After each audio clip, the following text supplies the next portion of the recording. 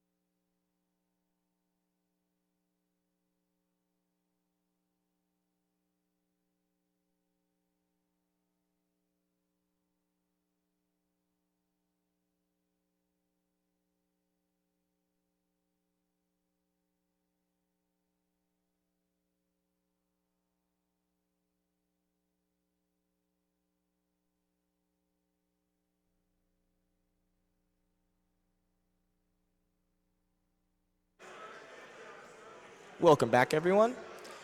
This is Tones Ballones taking over for Johnny Cage, and I'll get to a couple donations right after these messages.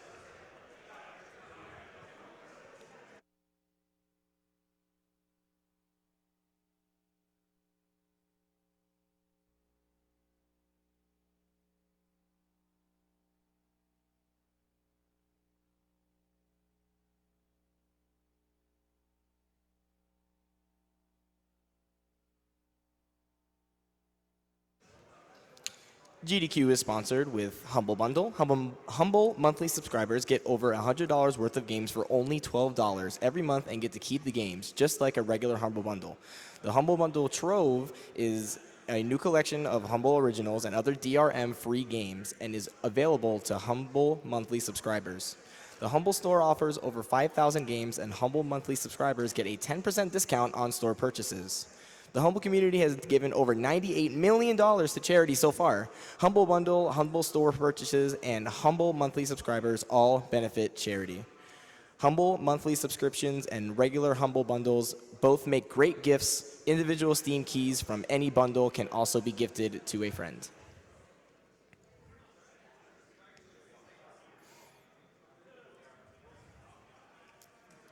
You can find Fangamer at www.fangamer.com. They have official merch for Undertale, Hollow Knight, Hyper Light Drifter, and more. 2 Earthbound books that will absolutely not help your speedrun time. Clothes, figurines, pins, plushes, and books. All profits from sales of GDQ merch goes to Doctors Without Borders.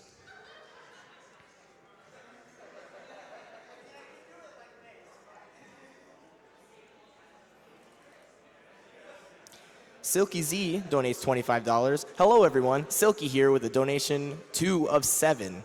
Really excited about the world record Symphony of the Night run last night. And for all the runs yet to come, as always, donation goes to Reader's Choice. For all future donations to Reader's Choice, my Reader's Choice is Zem, the Ratchet and Clank runner, singing an opera during the run, for future reference.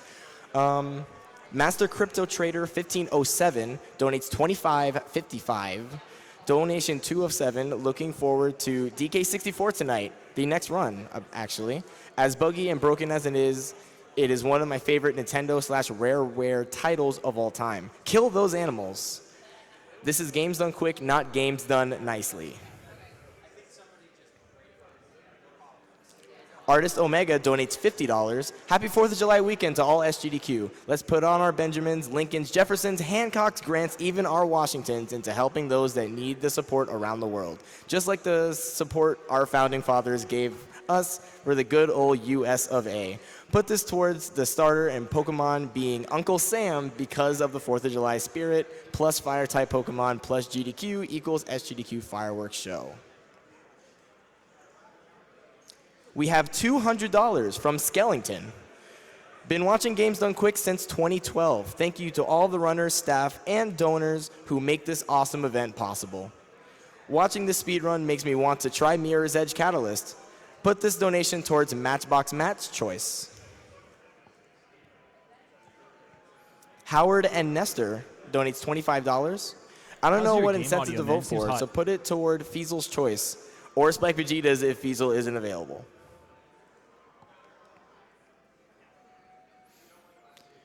Star Cruiser donates $25. Actual greeting from Germany. Thanks, GDQ, for messing with my sleep schedule, and very glad to support a good cause yet again. These Mirror Edge runs always amaze me. Here's to many more great runs. P.S. We'll donate another $25 if the announcer can pronounce my best friend's name correctly, which would be Henning. You rock, my man. Ooh, I really wish I got that right.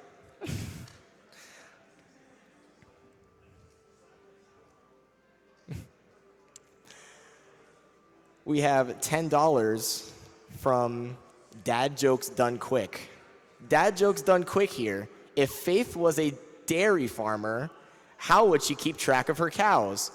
With a Mirror's Edge catalyst.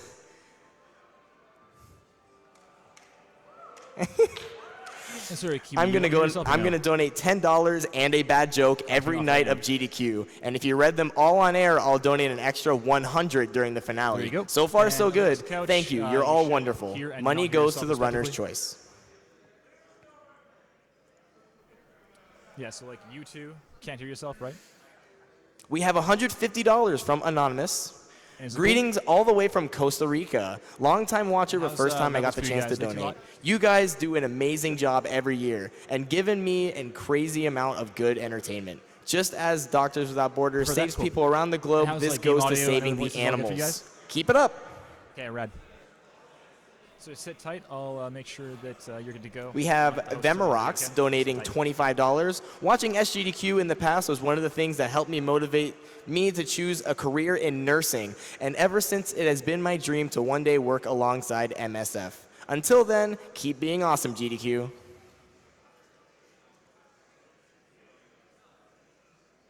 We have $100 from Anonymous. Here's to a good cause. Good luck to Black Belt. Let's see Mirror's Edge beaten quickly without major glitches. Shout out to the Mirror's Edge community. Donation goes to 5Xual's Choice.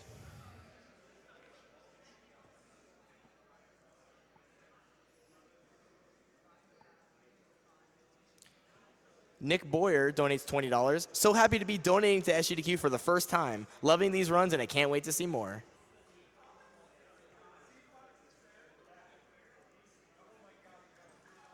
Cadva donates $25. Hi guys, finally able to watch you live, but don't tell that to my boss. Keep the good works and be the god of skill and luck be with you. P.S. Save the animals. Love from Australia.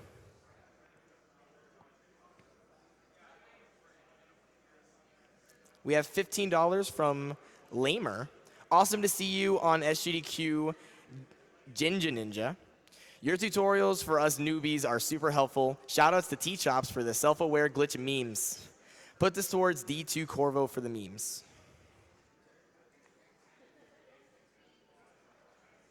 We have $150 from Anonymous. Hey there, GDQ team.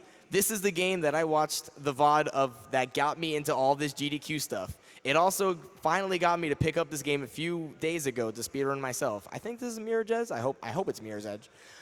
I hope that this donation is going to a great cause, seeing that it is the last of this paycheck. Also, the money can go to the runner's choice. $25 from TechArc.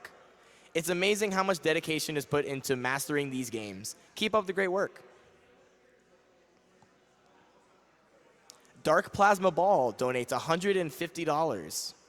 Looking forward to another great GDQ marathon. Best of luck to all the speedrunners this week, and shout out to Team Liquid. Thank you, Plasma Ball.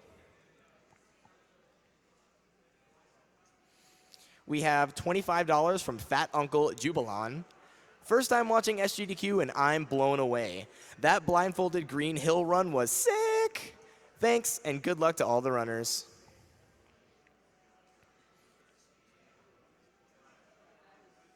We have $5 from Nettie.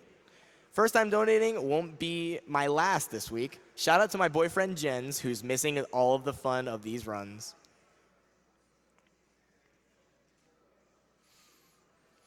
We have $5 from Nico B.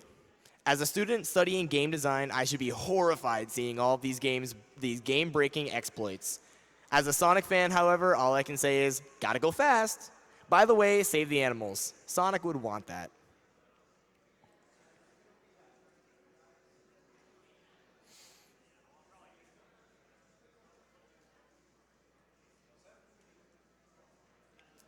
We have $5 from Brian. First time actually getting to watch SGDQ live, and it has to be at work.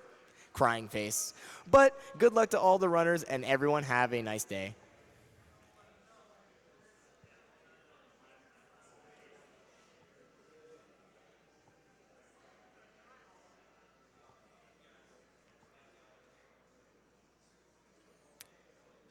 Almost ready, guys. You good to go? $50 from JT Feegs. First time donating, the lots host of throw it respect over to and we'll all get the started, okay? runners. Would Give me a love to second. see some records broken this week.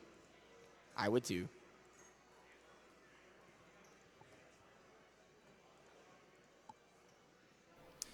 throw it over whenever, man. All right, it looks like DK64 is all set up, and Kiwikiller is ready to start no levels early. All right.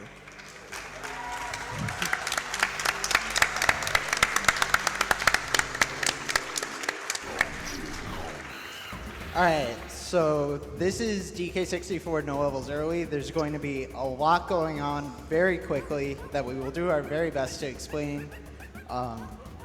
So just keep that in mind. This game is very, very broken. There's a lot of glitches, and we're going to be starting off with one right away that I will need about 5 seconds of quiet time to make sure that I actually do get the glitch. So without further ado, on 3. So 3, 2, 1, go. All right, hold on, guys. Hold on. All right. All right, so right here, he's going to cancel the intro story cutscene on the menu. So by doing that, the intro story is actually running in the background as we're in the game file here. So as this is going on, we're going to be doing stuff on our file, and we need to cancel some fade outs, which happen at certain times, or it'll pull us back into that intro story. So the first one will be coming up at 55 seconds, and Kiwi has a timer that he's looking at himself, so he knows when these fade outs are coming up. My timer actually reset, so we're YOLOing this. Oh no.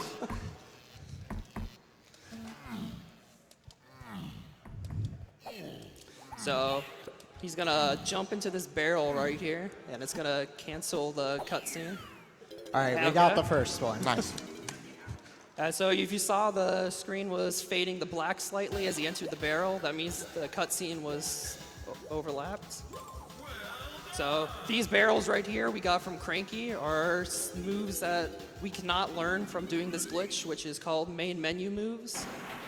And main menu moves will put us in our game in a state that will allow us to have all the moves and all the upgrades from Funky and Candy. I went too early. Ugh. It's okay. I have to start over. It's okay. So.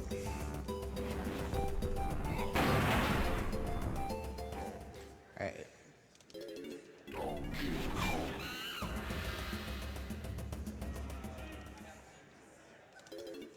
All right.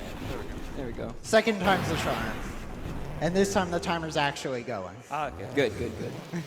Yeah, so the reason we need those timers going is it's really important to hit the fade outs at the proper time. We're trying not to get pulled back out of the game by the intro story. Yeah, as you saw there, that cutscene started playing, meaning that he went in at the wrong time. Yeah. So a little bit of a time loss here at the beginning. Shouldn't be too big of a deal. We really do need this glitch. It's pretty important for the majority of the run. It's going to give us all the moves at the very beginning of the game. We never have to visit Cranky really after this.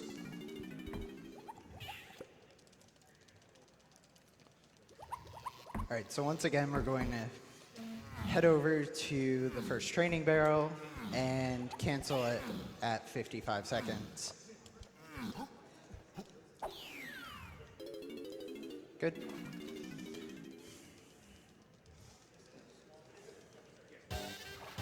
So again, these training barrels here that Kiwi's working to do, we have to complete these 4 training barrels in order to get some moves that are kind of just like basic moves, climbing trees, throwing oranges, throwing barrels, swimming.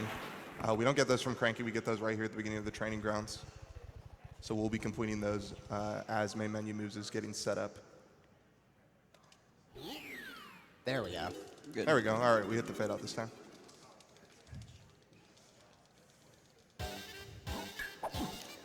So this is the vine training barrel. All we have to do is cross this vine, collect the coin, and now vines will actually spawn in the overworld.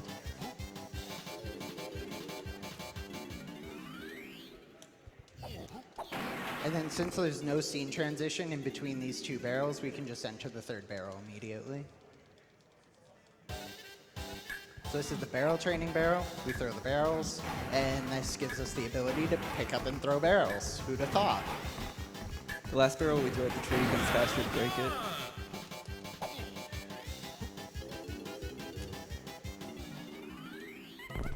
All right, so right here, we're gonna save and quit. We're gonna leave that last barrel there because that barrel actually gives us 20 oranges. However, if we do this glitch, we'll lose all our oranges, so we wanna do that after the glitch is done. And we'll be using these oranges to skip a bunch of golden banana dances. So the first thing we're going to do is examine our file. That makes all of the manipulations that we're going to do in the main menu apply to our specific file. And then we're going to watch some boss cutscenes. So you'll see that I immediately got kicked out of Castle Boss. That's because we hit one of those scene transitions with the cutscene, and it immediately canceled the longer cutscene. And what this will allow is that later on in the run, we will get a shorter cutscene and make use of this time that we have to have the intro story playing in the background.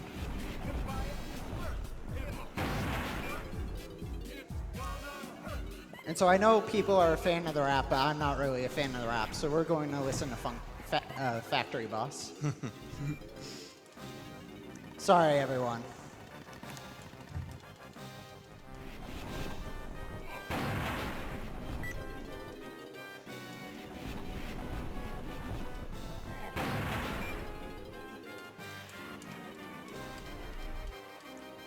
And so there's some unique properties about Fungi Boss compared to all the other boss cutscenes. This is the only one that will give us all the moves and upgrades for all the Kongs. The other ones only give us some select moves. You can also use a 6-Banana Fairy minigame, and those will give all the moves and upgrades as well. But it's a bit slower to use those than it is to use Fungi Boss.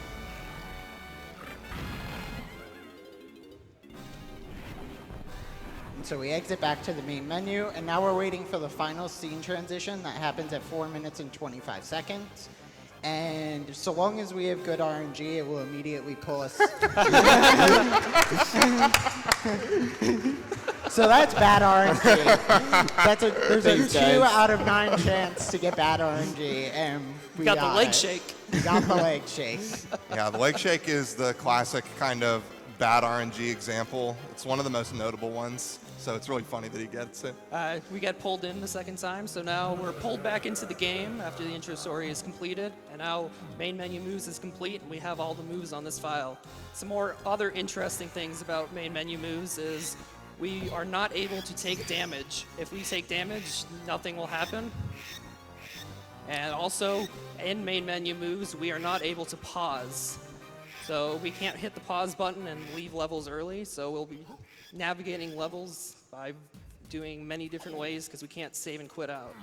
And along with that, the game does not save at all. So if anything serious happens, like the game crashes or we soft lock, the game is not saved. So Kiwi is going to be making some safety save states in certain spots in case this happens. Yeah, we like playing safe. And so we just completed the final training barrel. That's the orange throwing training barrel. That will be useful for skipping some cutscenes later on. So normally we're supposed to exit training grounds by getting the ground pound move and going over to the switch, but Kiwi's just going to go ahead and swim through this wall because walls don't exist in Donkey Kong. It's something you'll find out very quickly. Walls are merely a suggestion in this. So I want to go ahead and talk a little bit more about what No Levels Early actually is. So this is kind of the mid-tier Donkey Kong 64 category where we kind of relate this to 70 Star in that in some way we're doing some parts that are intended of the game. We are going to go to each level kind of in order, and we're going to make sure that we have the proper number of golden bananas to enter every level and the proper key as well to open the level lobby. So it's just a little bit more of a way to play the game as intended with still a bunch of glitches.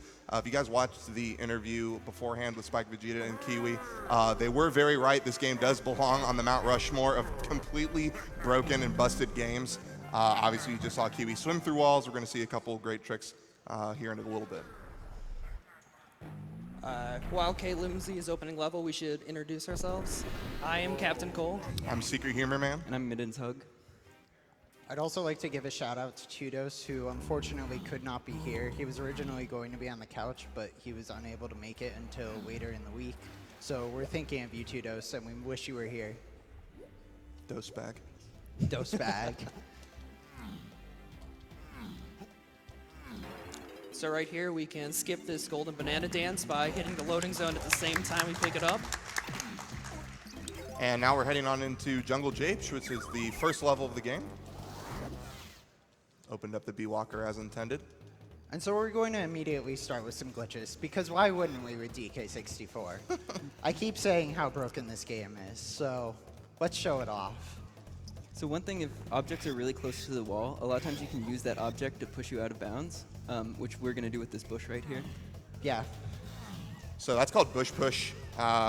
And when we're out of bounds in DK64, we have to be a little bit careful because we don't want to hit the void zone. If we hit the void zone, that's just like an area out of bounds that basically sends us back to the beginning of the game. And we can see Kiwi point off a moon kick there. Really good job first So try. if you cancel an aerial attack on the ground by using either a ledge or a slope, DK will continue his kick upward until the animation ends, and you'll just sort of float in the air, high in the sky. It's really fast, and you can get to a lot of high areas very quickly. And so now we're going to free Diddy. So we need warp 2 for later, so we'll just grab that for now. Come down here.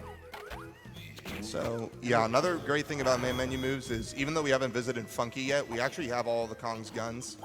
We don't have any ammo, though, so you did see Kiwi pick up ammo there. And then what we're going to do is a cutscene overlap. go. So I triggered the free Diddy cutscene, and then hit the switch, which replaces the longer cutscene with the shorter cutscene. So just saves a bit of time. And again, Kiwi swimming through vertical walls here to pick up a caged golden banana for DK. So now, as we see, we can go out of bounds in this game, and out of bounds is, when you go out of bounds, your height is determined by the floor you were just going over. So you can just walk out of bounds, you don't fall like in many other games. This allows us to navigate into many different areas really quickly. So we're going to be collecting these blueprints from Kasplats throughout the run.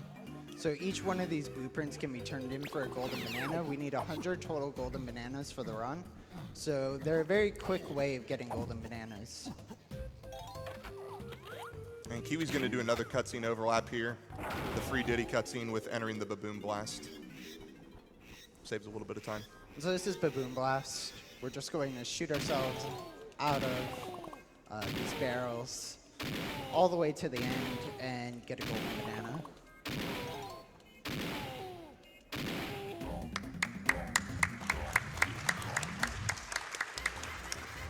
I went a little early.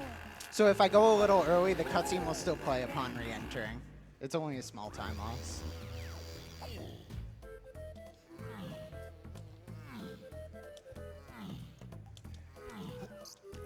All right, so now we're going to be making our way up to the Diddy cage to pick up his golden banana. And we've got Diddy unlocked now, one of the 5 Kongs. Later on, we'll be unlocking Chunky, Tiny, and some other Kong that I can't remember his name right now. Lasagna? Larry? Those sound right. It's the blue one, right? Yeah.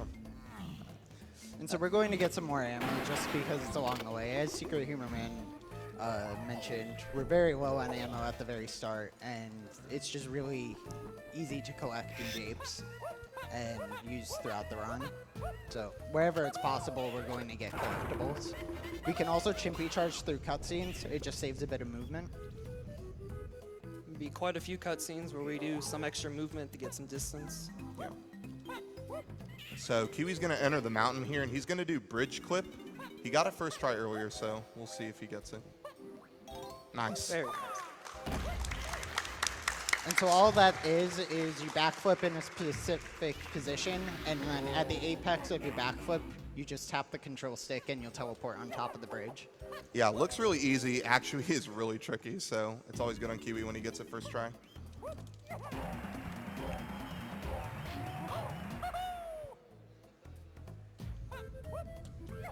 And so now we're going to head over and get Diddy's Kasplat for his blueprint. Gonna pick up some ammo boxes on the way. Yep. Yeah, so like Kiwi said earlier, these Kasplats, every time we get one of these blueprints, we're going to turn it into one of the characters named Snide, and Snide will trade us a golden banana for every blueprint we turn in. So we're going to be collecting a lot of blueprints throughout the run because they're basically easy golden bananas to just pick up. And we'll have multiple blueprint turn-ins. We'll be using our guns most of the time to kill him because it's the fastest way to kill him, other than Lanky and Tiny. Also more suggestive walls. So Kiwi's going to try to do his first kind of damage skip here.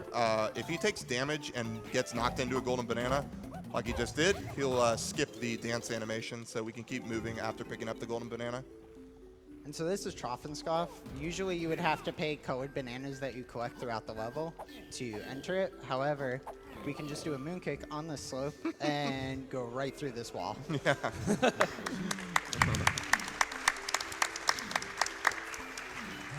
We can just enter the door from the bottom. Yeah, so that saves a lot of time because normally you'd have to collect all those colored bananas, feed the hippo, he stomps on the pedestal, opens the door. We just don't have time for that. This is a speed run, so yeah, any way that we can clip out of bounds. This is the first boss of the game, Armadillo. He's pretty straightforward. We gotta throw the TNT barrel into his face when he pops his head out. He'll shoot fireballs that we have to dodge. Nice thing here is we can just look at the ground because he'll actually just keep hitting the TNT barrel. And even though we're playing on VC, there's still a little bit of lag, so looking down actually reduces some of that. Yeah. Kiwi's going to purposely take damage here from Armadillo, although we obviously don't take damage when we have main menus move on. That resets Armadillo's kind of rolling pattern, so he just gets ready to shoot more fireballs. In any other category, you'd have to be a little careful and just make sure you don't take too much damage from him. And so you can read a donation or two if you want. Absolutely. We have $150 from Anonymous. Says, whoops, that's not $15. Best looking audience member's choice. Olympus72 donates $100 and says, it's peanut butter kiwi time, peanut butter kiwi, peanut butter kiwi, peanut butter kiwi, peanut butter kiwi with a baseball bat. Looking forward to the DK64 No Levels early run with some love from the 72s. Money goes to the runner's choice.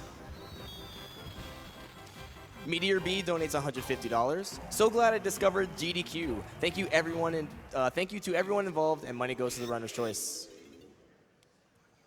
And so as we said, walls are merely a suggestion. So if we turn jump aerial at the torch, we can just clip out of bounds. So we're gonna do a void here. Voiding brings you back to the start of the level, and we can just exit, as we said.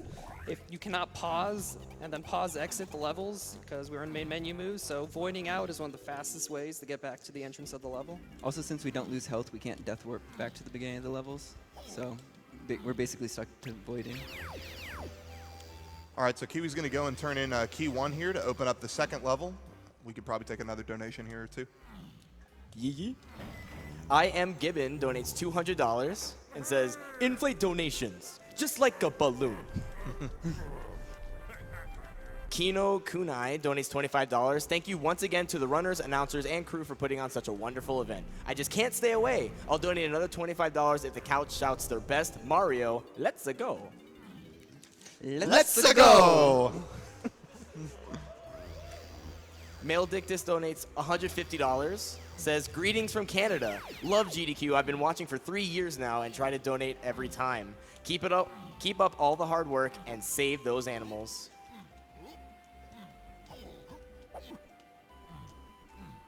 All right, so we're climbing up to the second level now, Angry Aztec. It's a desert-themed level. It's also one of the more inconsistent levels in the run, so hopefully it goes well.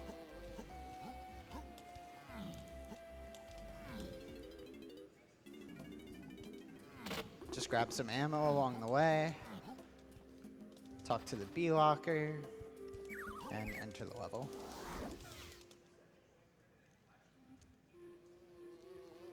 It's worth noting that since this game is so broken, we can actually clip in past all the B lockers, but we don't in this category because it's no levels early. Not allowed. It's banned. So we're going to take a quick detour over here to pick up Donkey Kong's blueprint. Just again, another easy golden banana to pick up.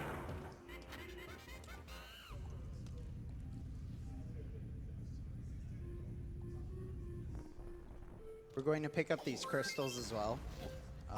As we said before, we started off with basically none of the ammo oranges.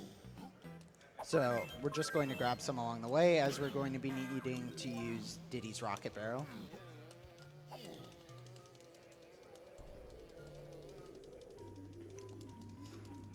Hi, llama.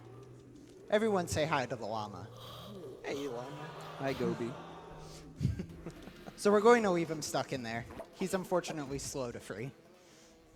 Bye, llama. Bye, Llama. So we're going to go get Diddy's blueprint now. He's up on top of this building here.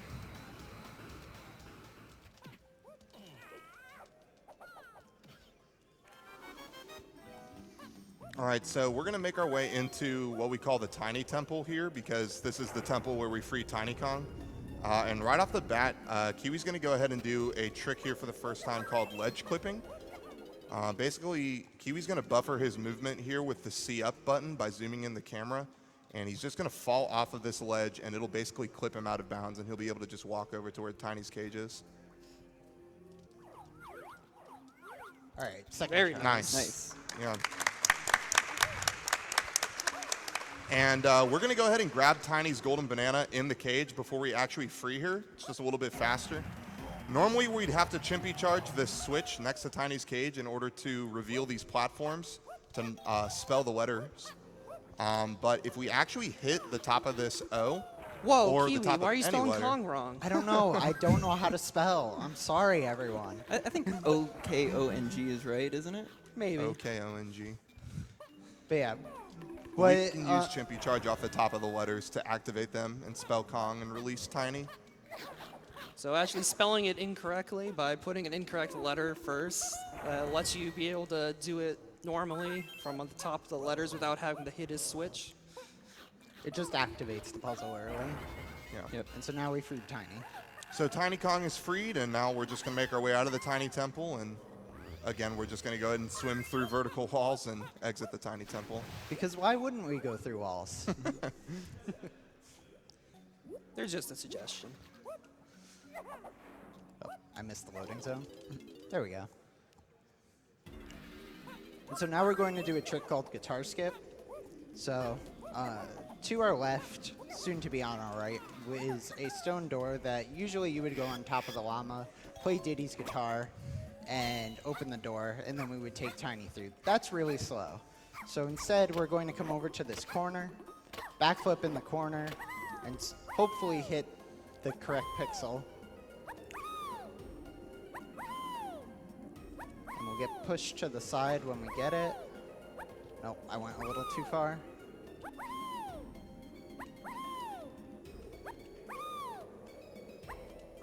We're close.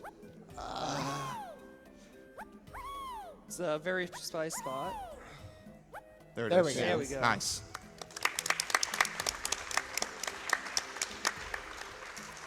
That was a weird camera, by the way. Sometimes the camera doesn't like going out of bounds with you. Yeah, so you can do guitar skip with any Kong. We do it with Tiny because she gets a lot of height from her backflip, but also we have to get this blueprint back here. And he's going to do another clip through a wall. He's going to do face clip here. So we're just going to ponytail twirl at it. Of course it didn't work. So There we we can go. do the backup jump aerial at the face and clip right through the face. What wall? What walls? And now we'll make our way over to the second boss of the game.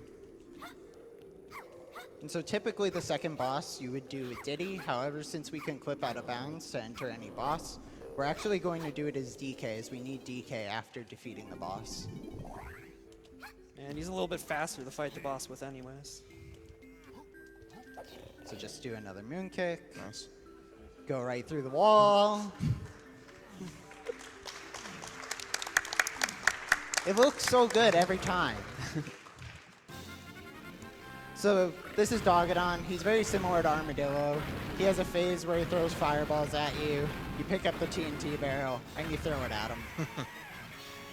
So we can get some more donations here during this boss. Yeah. Absolutely. Kendall donates $100 and says, "Hi Kiwi, you said on Twitter I would see during the run if you do ooh and ah upon collecting a golden banana. But at the present, the results are unclear. If you would be so kind as to have yourself and the couch demonstrate for me, I'll donate another 50. Thanks and good luck on the run." Anonymous donated $200 and says, "What do you call a video game about a large ape that doesn't have the ability to break his little friend Diddy free?" donkeys without barrels. Anonymous donates $10 and says, good luck, and I hope you don't lose skew in caves. Sub 205 God. hype. Lunar Mist donates $50 and says, couldn't help but donate for DK64, first time donating. So donating extra for all the times I couldn't. Let's get those doctors out of bounds and through those borders. Hype. All right, so now that Kiwi's done with key 2, he's going to use the back of Funky's hut here to do a trick called banana push. Like Mittens mentioned earlier, we can use objects that are close to the borders to push us out of bounds. So that'll push us to the back of this tunnel. And so this is a mini game called Stealthy Snoop. Usually mini games are fairly slow, but this one's actually decently paced. All you have to do is go through the maze, avoid these guards, and make sure you don't get caught, and get to the checkerboard at the end, which is just around this corner, and we're awarded a golden banana. And the game tells us, well done. Well done, Kiwi. Good job, Kiwi. Who's And Kiwi? So we're going to throw an orange, attempt to damage ourselves into it, and unfortunately we missed. No worries. So that just would have skipped the dance. Normally, to get out of this passage, you'd use the Strong Kong barrel, but the sparkle effects cause a whole bunch of lag, so it's better for us just to take damage and get out of here.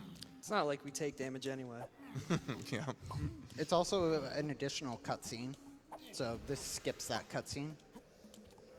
So Kiwi's going to be coming over to the 5-door temple here, and he's going to be doing something that we jokingly call Gobi Clip.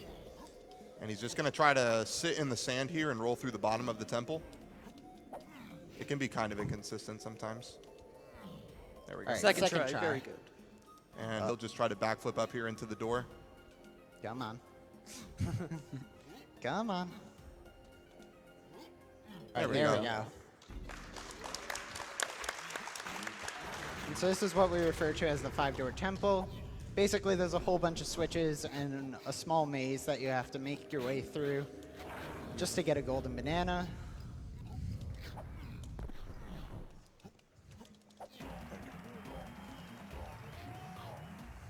And then we get a creepy guy yelling at us to get out. Get out! Don't get sniped, Kiwi. I don't know. Are you That gonna make timer's it? getting pretty low. We made it. All right, good job. So just as a bit quicker of movement, we're going to climb this tree and head over to the Llama Temple to free... I don't know the name of that Kong. Was it Larry, I think you said? Linguini? Wani. So I missed the moon kick, so we'll do a slightly slower backup of just rolling through the back. What walls? What walls? So that's Linguini. Linguini Kong. He has long arms. He should have been in the new Nintendo game ARMS. All right, so Kiwi's going to do another swim through vertical walls here. And he's going to attempt to do kind of one of the more advanced tricks of this run called gun skew. And I'm going to give him some silence so he can set it up.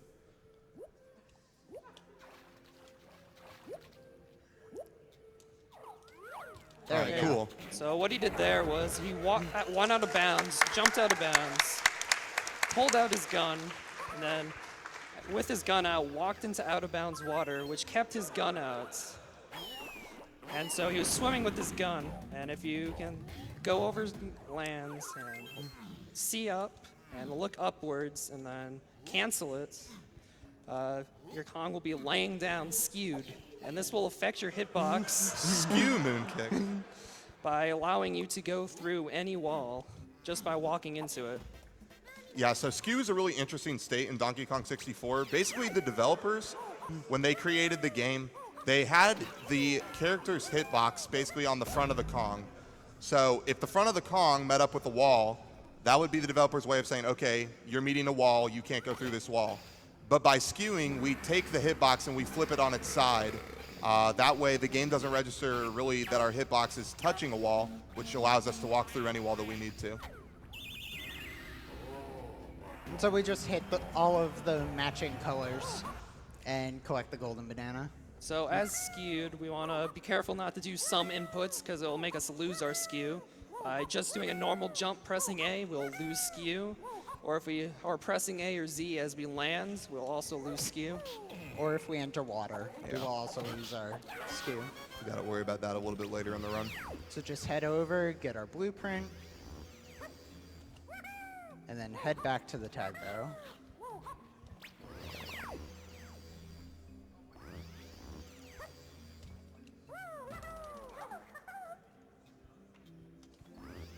And then we're just going to get one of Tiny's golden bananas. But something I do want to mention that we didn't mention already. So the last time this was run at GDQ was SGDQ2017 by Tudos. The route has entirely changed since then. The record has improved by over 10 minutes. Every level is different since then, and the entire route has just phenomenally developed. I want to give a big shout out to the entire community. They've put so much time and effort into it. We recently released a LOTAD of this. So if you don't know what a LOTAD is, I highly suggest you check out the Ballin 96's channel on YouTube and check it out. It was phenomenal. And so you can see in that what you can really do with task tools for this run. But in the meantime, we'll stop talking about that and we'll refocus back on the run. And we're going to do a glitch with Lanky that is a combination of swim through vertical walls and something called swim through shores. So we're going to set our clipping position by entering first person and then dive out of entering first person, clip into that ledge, and then grab this golden banana from underneath. Because walls, who needs them? And so then we're going to get Lanky's golden banana in here and then turn in a boss key, so now would be a good time for some more donations. HPG donates $150 and says, first time donating, keep up the great work. Had to donate when I saw the support for Doctors Without Borders. Kill the animals. Chapin donates $100. First time actually being able to watch SGDQ live. I turn on the stream and DK team is canceling cutscene fadeouts. I'm in. Sharkbit donates $15. Greetings everyone. I'm so excited to finally catch a Games Done Quick event live and donate, since I have enjoyed watching archives for quite some time. It's amazing to see such amazing runs for such an amazing cause. Thank you for being awesome and good luck to everyone. Feminanly donates $25 and says, Donkey Kong 64 was the game of my childhood. Seeing how trash it really is making me laugh so hard. Thanks for ruining my childhood. Runner's choice. No problem. So we're going to head up to Frantic Factory now, but instead of taking Lanky up the intended way, because why would we ever do anything the intended way? We already have Monkey Port, so let's just go right by Helm and then drop to it. So we're just going to swim over to the Monkey Port pad in the back, and we'll get a golden banana and then head to Factory.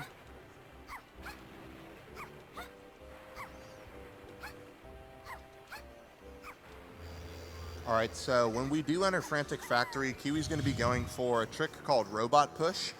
We'll talk a little bit more when we get there. As soon as Kiwi successfully does Robot Push, though, we will need some silence from the audience. He does have to hear a very important audio cue.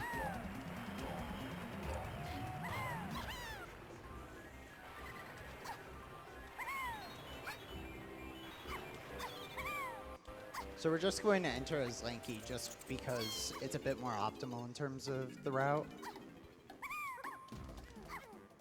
Even though no one likes him. Like, look at his funny face. The DK rap wasn't wrong. No style. No grace. But This Kong really has a funny face.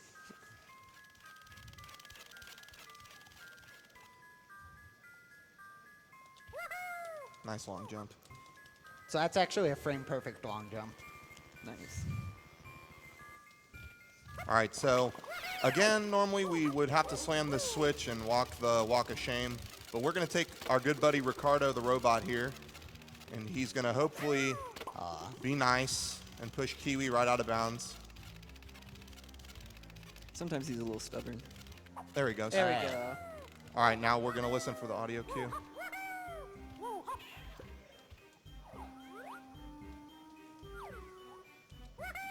Nice. All right. We got it. That opens up a cage to a golden banana that would otherwise have to use Mini Monkey to get, which will save a little time later on. So Robot Push is really effective for Frantic Factory because normally getting to the top of this room, the production room, is pretty costly on time. It takes a lot of platforming just to get up there. But if we go out of bounds and we get up to the very top, the ceiling there, we can kind of drop down and activate that banana porter. That way we don't actually ever have to climb up the production room. We could just take Warp 4 up. And so we're just going to spawn that golden banana for Diddy later. We will be coming back to production room once we have Chunky. But let's go free Chunky first.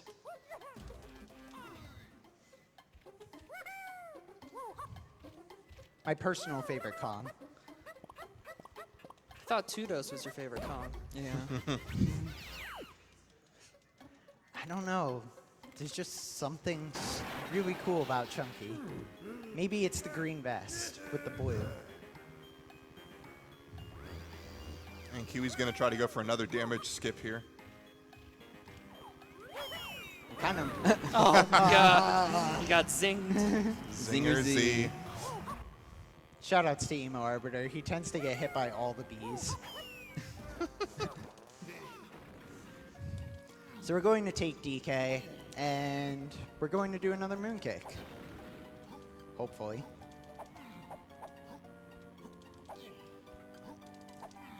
This one's a little more precise.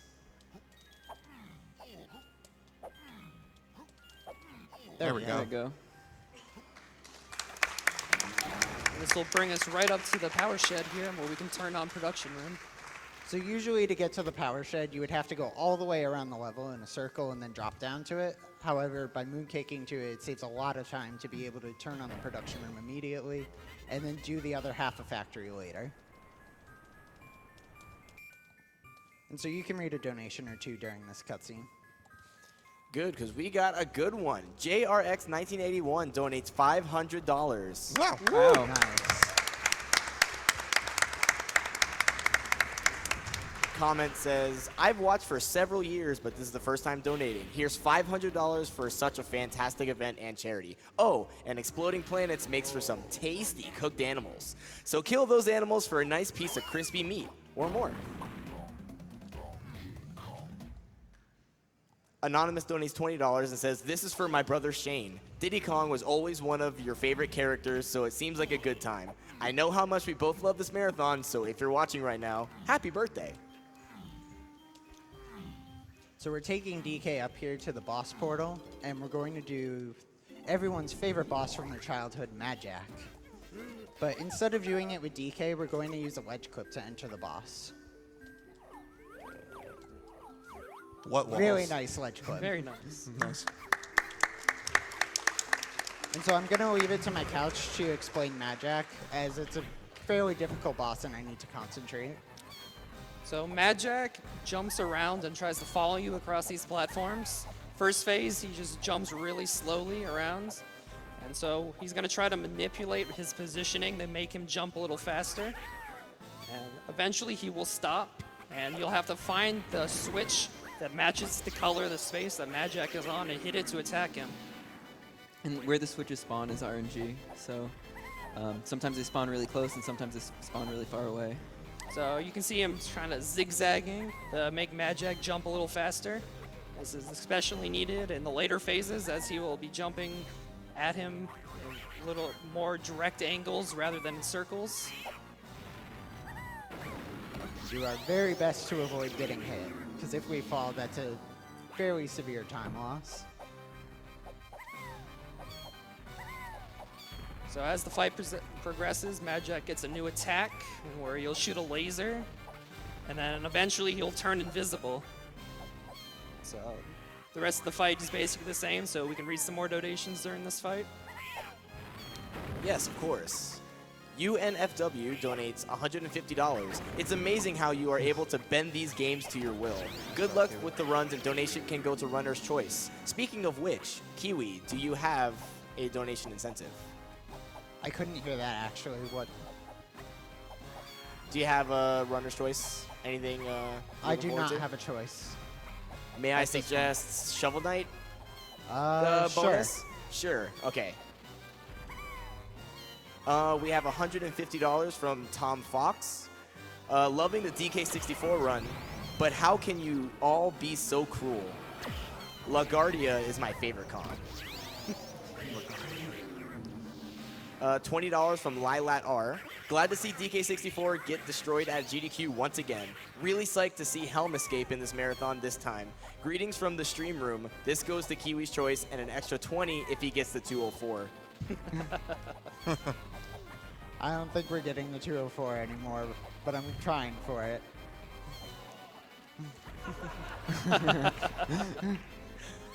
We have a $155 donation from Anonymous. Excited for another great SGDQ. Hope these runs are as hot as this summer is going to be.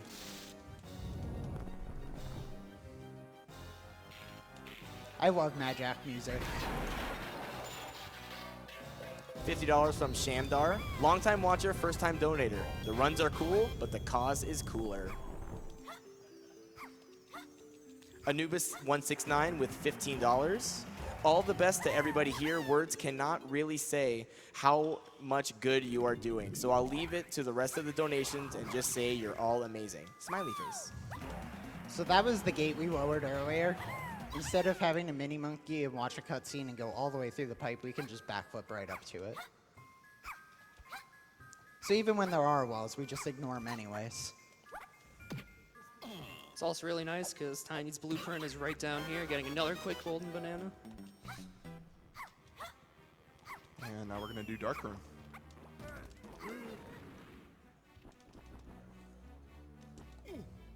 So normally in Dark Room, we would have to kind of primate punch this switch over here, but the golden banana hitbox is big enough to where he can just kind of jump at it with Chunky, and Chunky will pick it up through the box.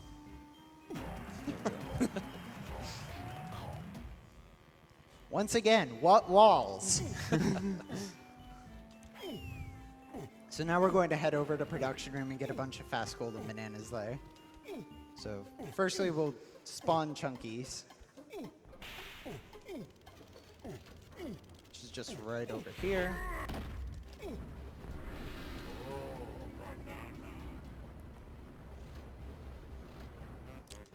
Since we already got warp 4 earlier, we can just warp right up to the top. No need to climb up.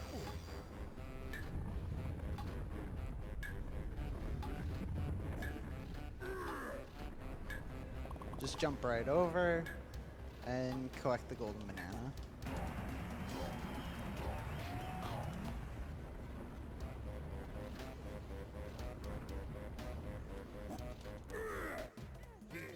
And then we're going to get that Diddy golden banana we left up here earlier.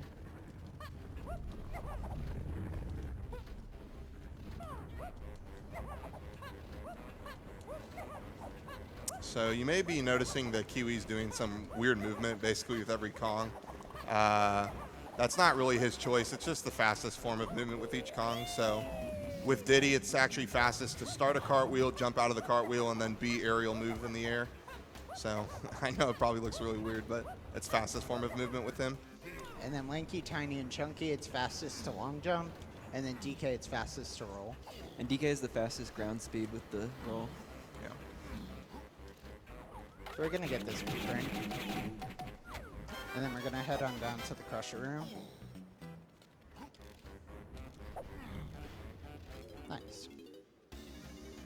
And so there's a clip in the corner of this crusher. When the crusher is up, you can just walk right through that corner.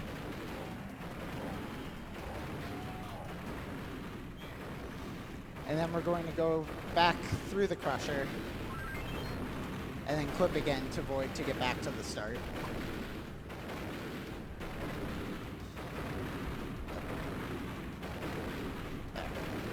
There we go.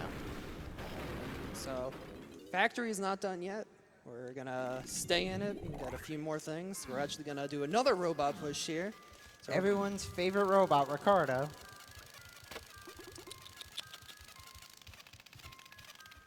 All right, very nice. Very nice robot pushes. And so this is Snide. This is where we turn in those blueprints for golden bananas. So I would like to hear from the audience your loudest "oh bananas" whenever a banana falls. So we have this small cutscene first. Oh, banana! Yes. Oh, banana! Oh, banana! Very well done, audience. So we're turning in some blueprints here because we actually need 30 bananas to enter the next level. And turning in some blueprints now allows us to get enough in these earlier levels. Also, a lot of the other earlier golden bananas are really slow, so it's just faster to get some faster golden bananas later and sacrifice a little bit of time doing multiple turn-ins.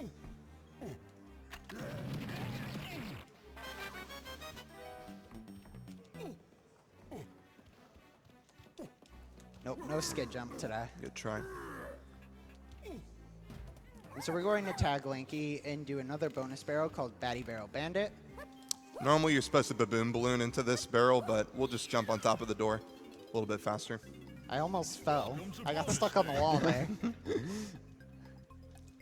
So all we have to do is match 4 bananas, and that counts as a hit, and we need 3 hits.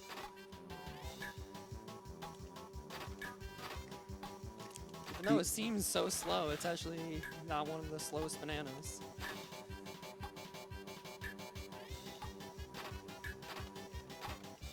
And so this golden banana is fairly RNG dependent. I unfortunately got a pretty bad pattern. Actually, 22 is pretty good.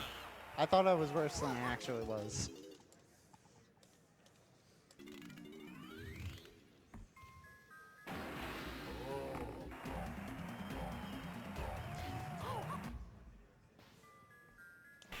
And so now we're going to take Lanky up, get his blueprint, and then we'll leave factory. So you can read a donation or two if you want.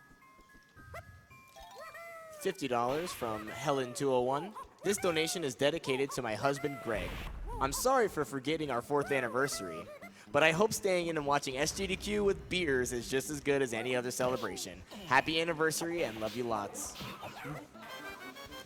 Anonymous donates $50, says, hi everyone, wanted to donate for the first time during this DK64 run thanks to all the amazing memories I have of renting this game repeatedly as a kid, along with the extra banana-colored memory pack from the local video store.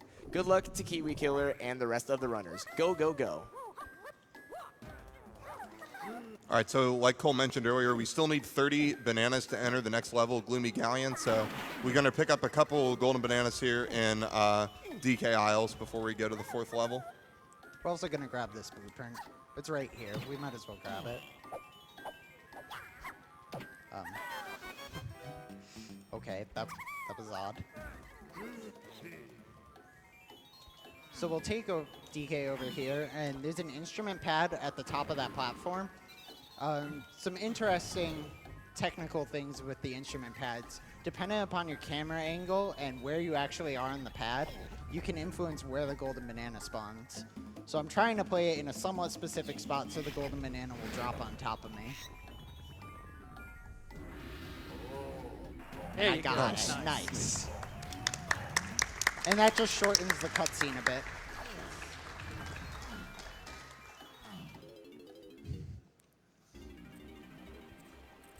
And so we're going to drop down here and get this golden banana as well.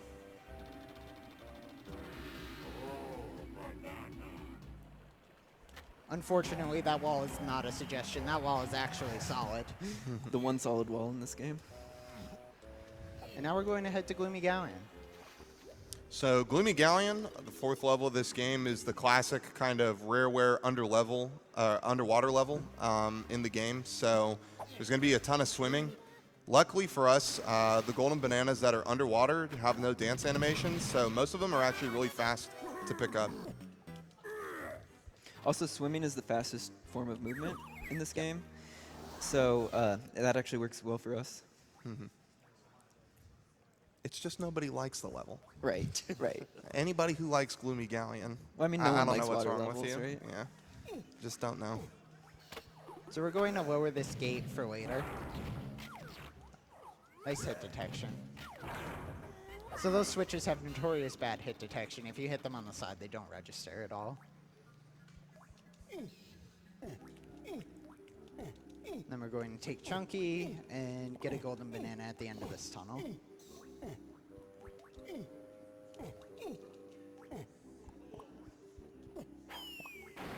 Boom.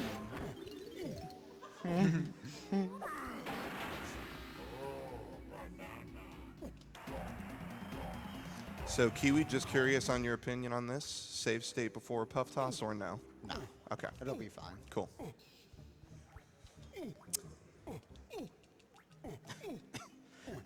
Excuse me. All right, so Kiwi's making his way over to the Trough and Scoff door here. We're going to do the fourth boss, Puff Toss. And I asked Kiwi if he was interested because Puff Toss is sort of semi-commonly known for crashing for It's no more reason. on N64 because of lag, Yeah. but we're going to try and wedge clip with Chunky. There we go. Nice. Not a bad wedge clip. So in this fight, you gotta drive around in your boats. And in order to damage Puff Toss, we have to go through these DK stars that spawn. And these stars always spawn in the same spots every time, so Kiwi has it memorized. And after you go through a certain amount of them per section, they will damage Puff Toss. Puff Toss has a few attacks. He has fireballs. He also has these homing puffer fishes that come after you. He also can do a shockwave attack. Most of these are fairly easy to dodge, so hopefully it won't give him too much trouble. And so as Kiwi finishes the boss, we can read some more donations. Absolutely. Street Taco Rob donates $156.65. Loving seeing DK64 getting wrecked by Kiwi. This is one of my brother's favorite games of all time, so I've been waiting all day to submit this. Kung Pao Paul, I hope you're loving this too. But what balls? Moonstone donates $50. Shout out to Nerpin and Korn. You two are the Kongs with funny faces of my heart. Thanks to the runners and volunteers for an amazing event, and keep up the good work. Jim Freak donates $8.50. Hey guys, SGDQ is going awesome so far, and I'm donating whatever is left in my PayPal account to a great cause. Shout out to Frockenok and Frockathon. Shout outs to Gedrith on the couch. Can't wait to arrive to SGDQ on Wednesday. Gedrith can decide where this money goes because he's a cool dude. So as Kiwi hit the last star there, he wanted to line himself right in, so the key will spawn on him as Puff Top deflates. I think I'm close. Yeah, I got it. No. Oh, slightly off. Not a big time loss. All So- right. Yeah, go ahead, Kiwi. This frame, even though we despawn the portal, it's still there, and we can just backflip through the wall, because why not? What wall? Yeah, What wall? this is actually a really important out of bounds. It gets us into kind of the other main swimming area of Gallion without having to open it up with the guns. So just a little bit faster movement by going out of bounds there. So we're going to head up here and get Chunky's blueprint.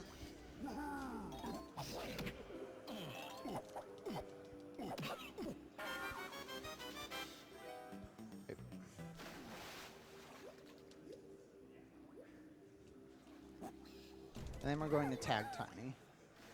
So conveniently for us, the way the 5-door ship was actually placed in the map is the two fastest golden bananas happen to be on the side that allows us to swim through vertical walls. So we're just going to swim right through the ship. It's really nice of the developers to place a ship like that. Easy. It's like they knew. Yeah. So we're going to say hi to one of my friends, Mr. Starfish. He tends to like to troll my runs. He's in this room over here guarding the golden banana. And we got right past him. Nice. Nice. The true boss of this level. You say that, it's true. It is. If you get hit once, you're just stuck in that room for like a minute. So we're going to tag Lanky, and then we're going to get his golden banana as well.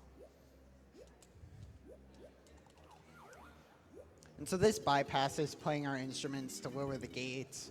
We don't have to go over to the lighthouse area and travel back. So really nice of the developers that they allowed us to do this.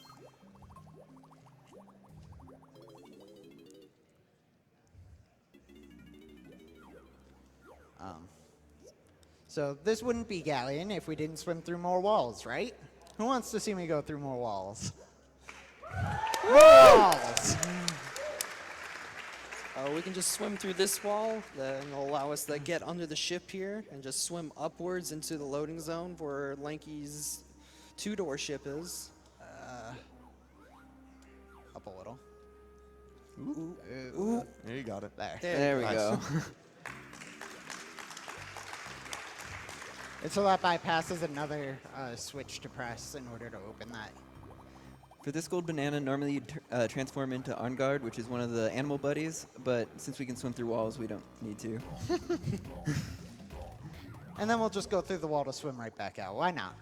And then we're going to warp back to the beginning of the level.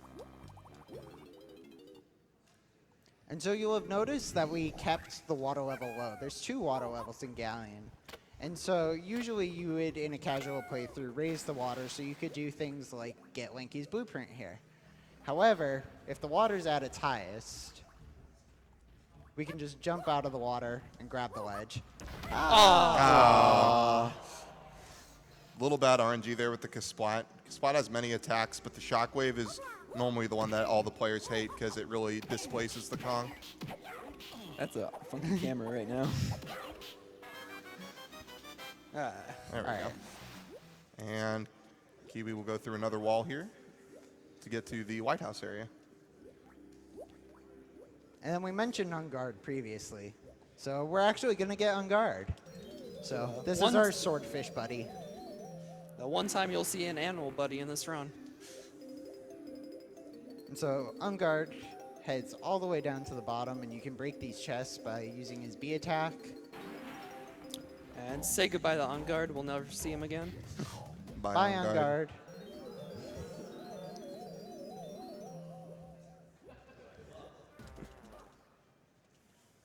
Such cruelty to animals this run. Yep.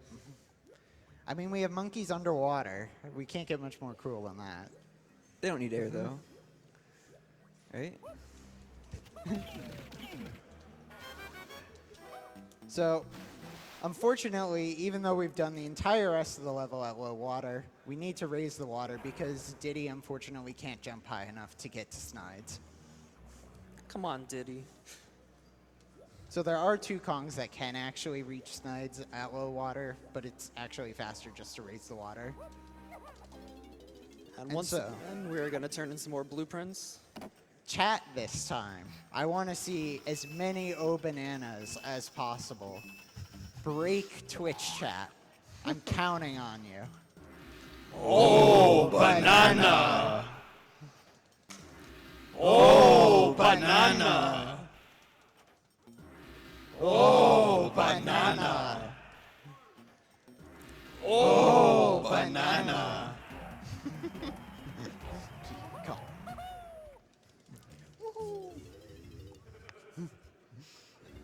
And so we tagged Warp 3 later. That was because we need to get Tiny's blueprint still. So we can just tag Tiny right here, take Warp 3, grab her blueprint, and then we're going to void out to leave the level.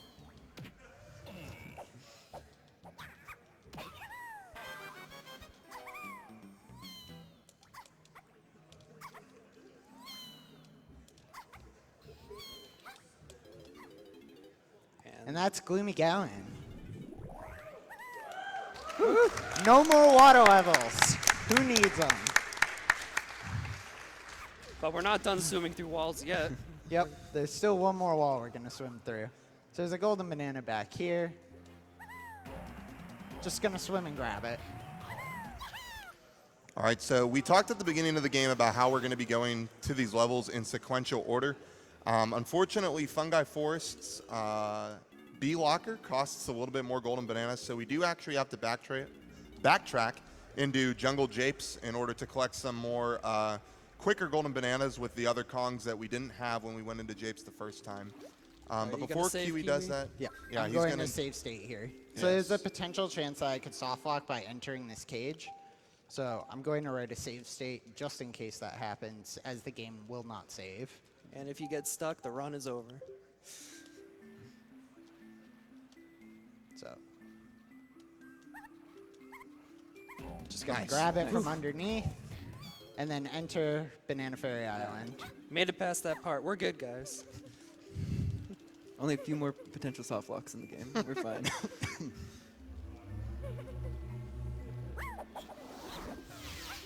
And so we got the camera. We will use the camera later, but for now we're just going to say we're getting it for Shockwave, just because Shockwave is a bit faster for some Kongs to actually kill the Kasplats.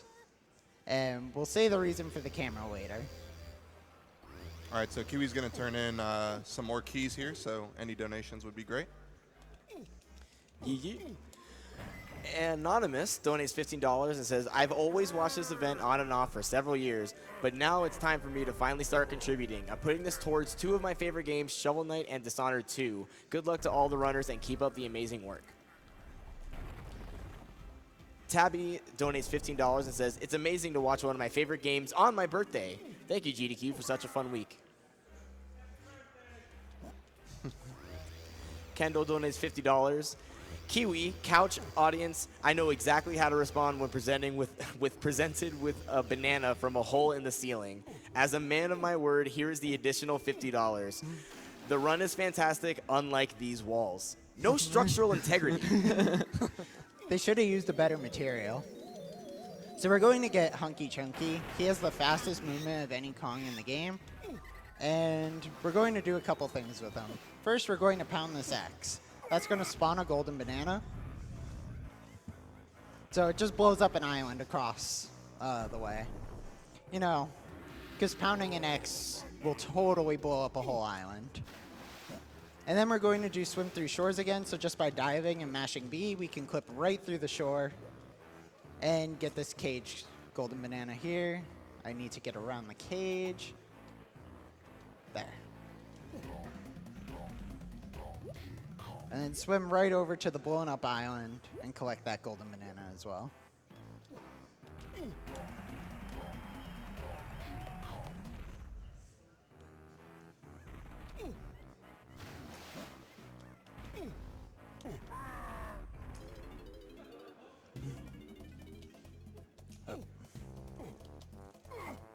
So we're going to move this boulder. That will allow Lanky to play his instrument on the pad and give us another golden banana. And then when we enter Jungle Japes, I'm going to need a little bit of quiet just because I will be doing another gun skew and I need to make sure I actually am underneath the water in order to get a good enough skew to continue.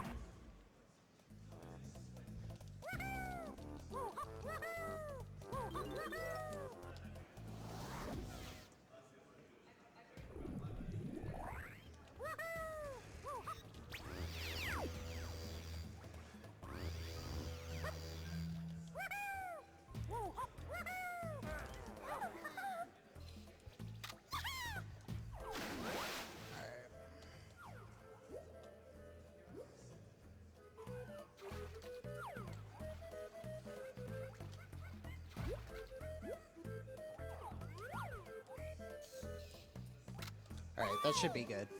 Nice. Very nice.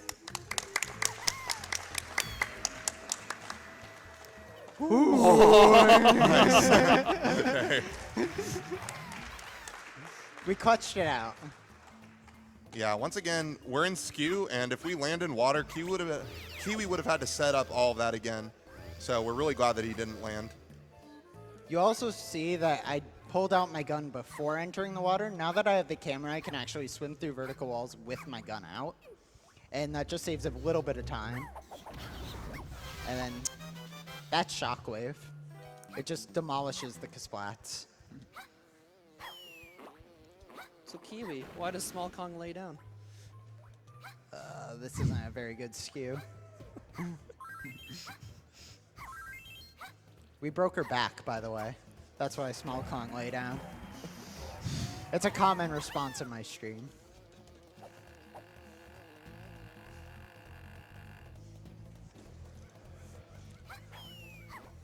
I mean, doesn't it look uncomfortable every time she long jumps? She's like sideways in the air. I do like how her ponytail twirl looks like a rotor or something. So So with Skew, we can just get a bunch of golden bananas all in these cages, and we can dance skip them by throwing oranges. Oops. Whoops. Or attempt to. This is a really questionable skew. Hey, if it works, it works. Yep. Yeah, ideally we want the front of the Kong facing completely up. But we'll take what we can get when it comes to skew, because like we said, it's very, very difficult. I'm not getting my dance skips today. Oh well. Blame the Skew. Blame the skew. And so we're going to take Lanky, get his golden banana. You gonna do the crawl? Yeah. So just jump right down.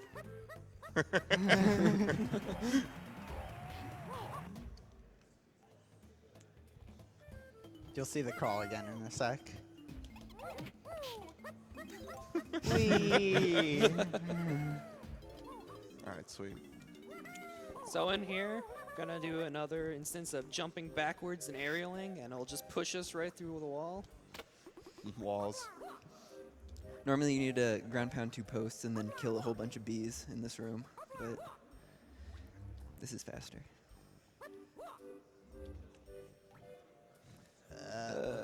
Come on. There we we go.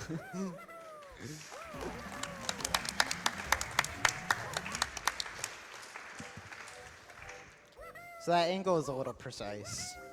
You have to come at it just the precise angle to actually slip in between the two, otherwise you get pushed back out. And now we're going to head over to get Lanky's Booper and do another bonus barrel.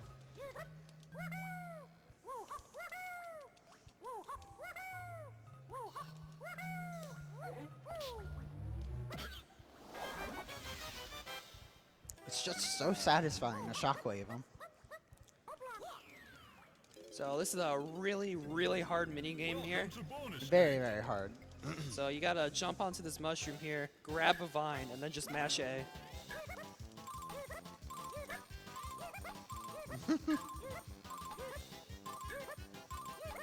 And he did it first try. Wow.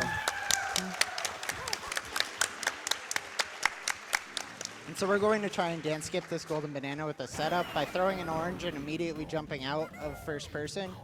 You can just smash yourself into the golden banana. And that works on pretty much any golden banana that's close to a wall.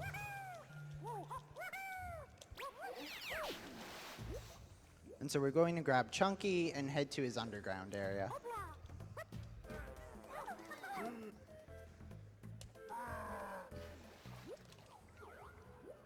Swimming through more walls, because why not?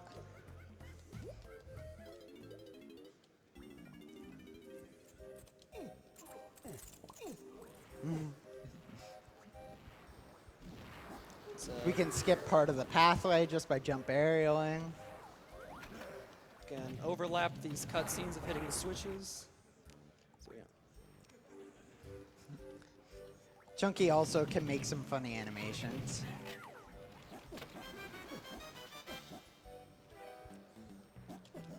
Swing back across and grab the golden banana that's conveniently on the other side. And we're flying.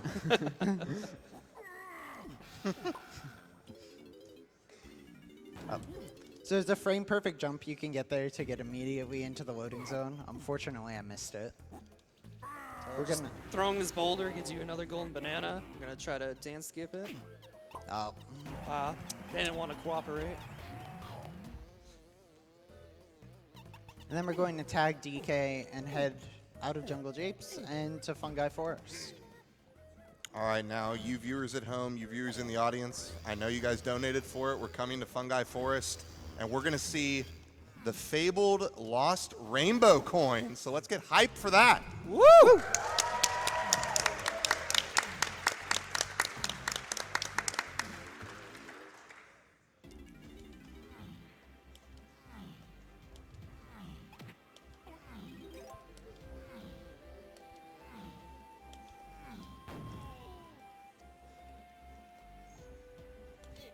And so since we already turned in the key to open Fungi Forest, we can just roll right to the cannon.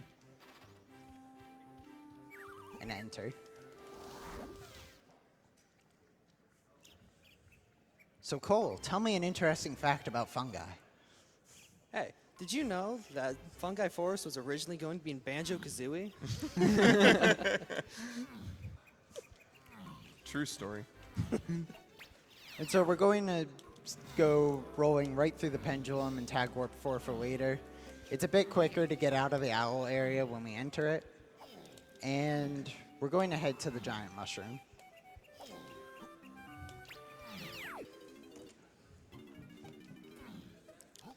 So, interesting fact here, this golden banana is the only banana that requires you to have all 5 Kongs in order to get. You have to shoot all 5 of these switches with each Kong. And it will spawn a golden banana. Well, this doesn't spawn Oh, the golden it banana. spawned the This spawns the cannons. cannons to get to the golden banana.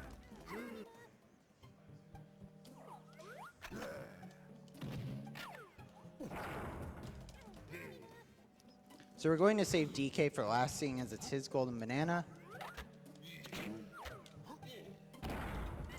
Hit the switch, overlap the cutscenes, and we get this nice short cutscene instead of a 20-second cutscene.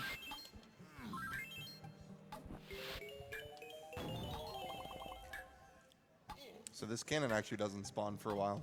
We kind of beat it to the punch. There we go. Whee!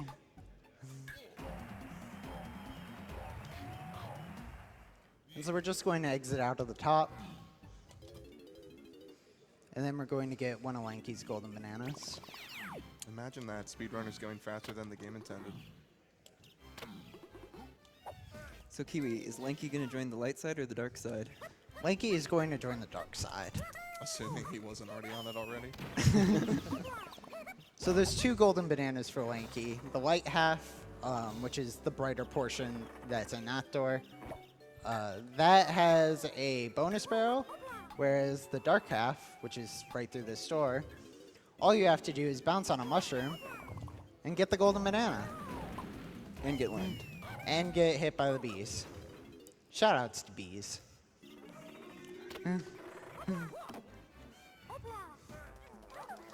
So now we're switching the Chunky to go get his blueprints. Hopefully he's here.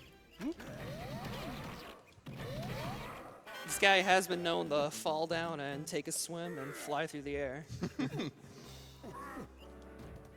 And now we'll take Diddy and climb back into the mushroom to get another blueprint.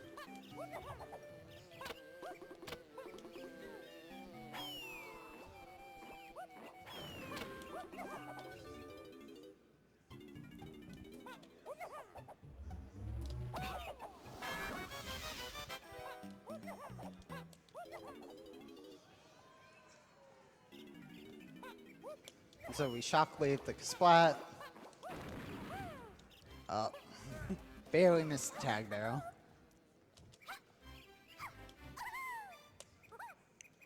And now we're getting a Tiny's blueprint. We're getting everybody's blueprint right here. So a common thing you'll notice as we get to the later levels of the run is we're going to get a couple very fast golden bananas and mainly the blueprints and then just leave the level. So it's a bit more focused on the first 4 levels, but there is still a decent amount of gameplay towards the end and then some very interesting tricks still to come up.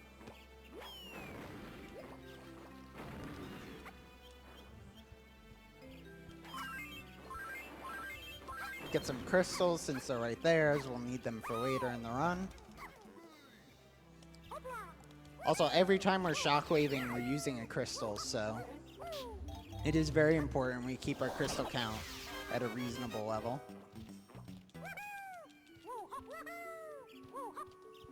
This is why we tagged Warp 4 for later, because we can just take Warp 4 and head right through this blue tunnel to get to Snides. Otherwise, you would have to enter the ant hill that's in there, which is a bit slow to do, as you need Tiny and Mini Monkey to move around, or you need Skew. We have $50 from a 2DOS. Hey, Oh, Kiwi. boy. Thanks for not using any DK64 community memes during the run. Morning.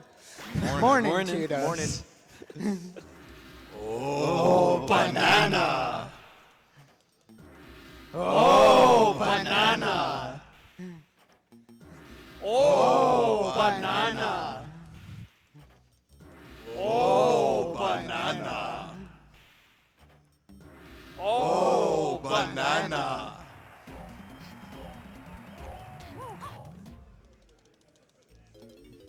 And so now we're going to do Fungi's boss, which has some very interesting properties, but we'll save it for after.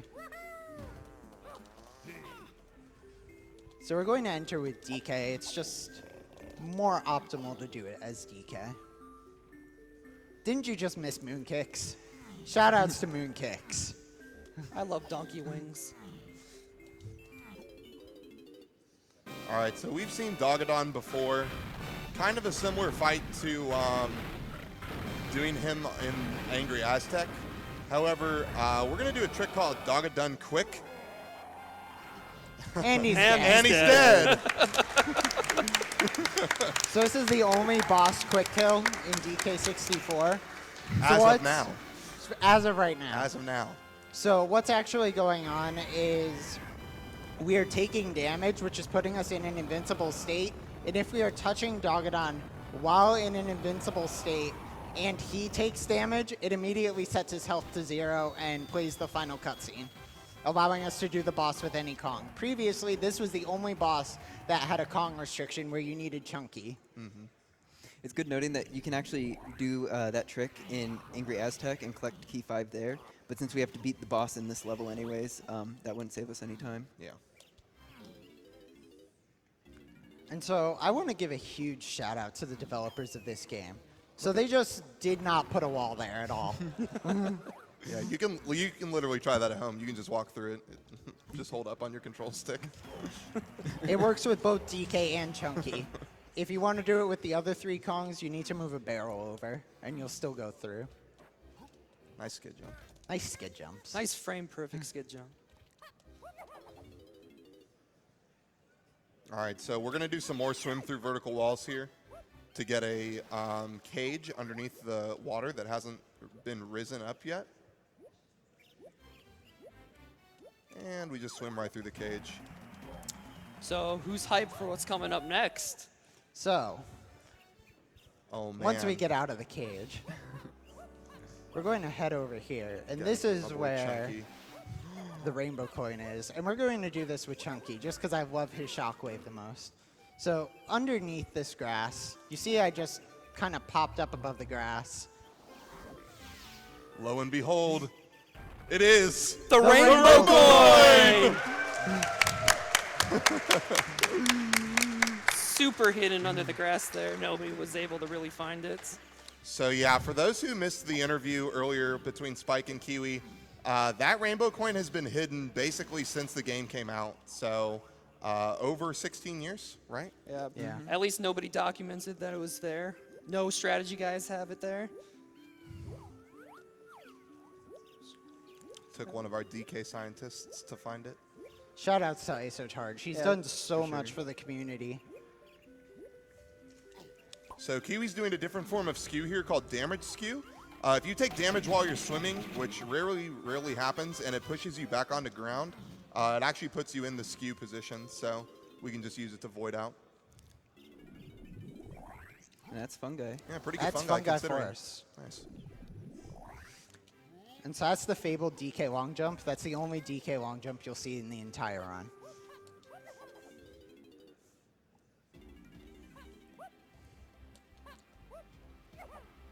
That was close.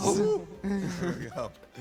So there's a few jumps in this game like that one where the game was intended to be on N64 where the game does lag and lag makes you jump a little bit farther than you are supposed to. So developers knew this and there's some tight jumps like that one, but they're still just barely makeable on VC. Oops. We're fine. And so you can read a few donations. Yeah. Fulvo donates $51.23 and says, "Hey guys, cheers from Brazil. I always watch GDQs on YouTube, and now that I have some free time, I can catch it on Twitch. First time donating. Keep up the amazing work and kill those borders. Donation goes to the announcer's choice." Orange Will says, "Hey again, Kiwi. Just wanted to say I'm proud of you getting here, and good luck. Can the new DK64 meme be what walls, please?" But where was Walls? Shout out to Orange Will. He was one of my first viewers and one of my first subscribers I ever had. So big shout outs to him for sticking around for 2.5 years.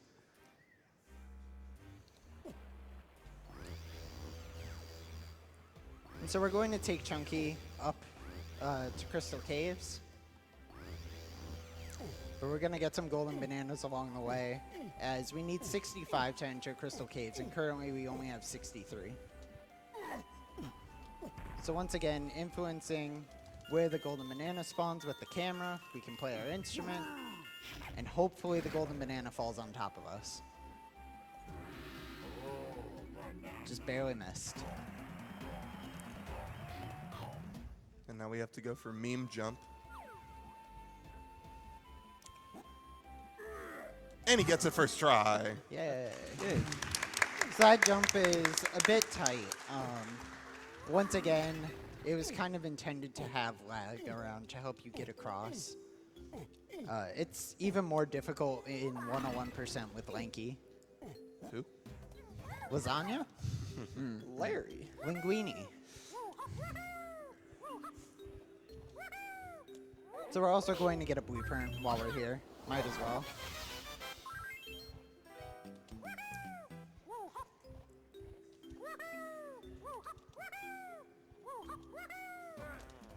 And then we're going to take Diddy and get his golden banana in the lobby, and then enter Crystal Caves.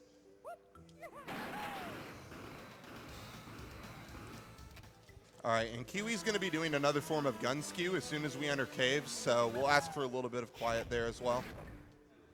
Crystal Caves is by far the hardest level in the run. The only level that even is remotely close to it in terms of difficulty is Factory. So there's a lot of things I have to make sure go right in order to get through caves well. If you like Kong's laying down, we get to do it twice in this level.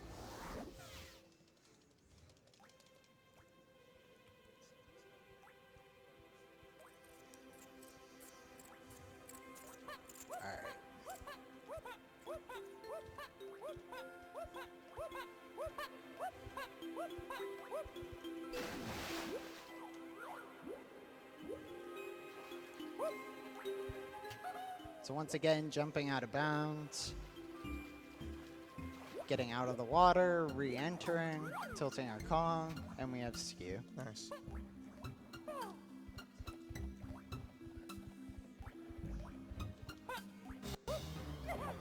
Oh! So I have to reset up skew again. That's fine. I aerialed a little soon because I knew the cutscene was coming. Yeah. Nice out of bounds.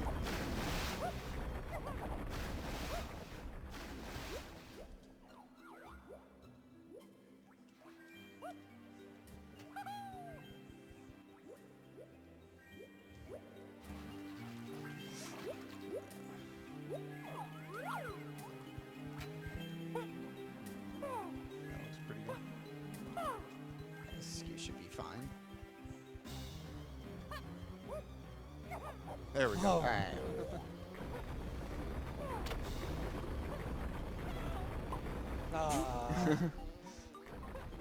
And so I'm going to save state here as well once I get up. If I were to get stuck in the room I'm about to go into without skew, there's no way that I can exit the room and the run would be over.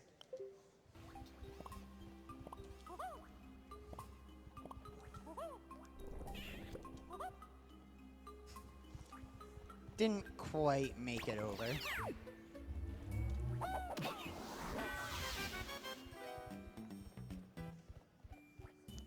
And we made it out. Nice.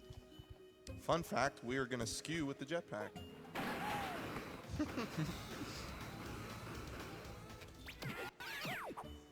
And so we don't need skew anymore, so the fact that I lost skew is fine. And then we're going to take Rocket Barrel again and do everyone's favorite bonus barrel because of the music, Mad Maze Mall. So we just need to kill all the enemies and get through the maze, but I'd like everyone to enjoy the music.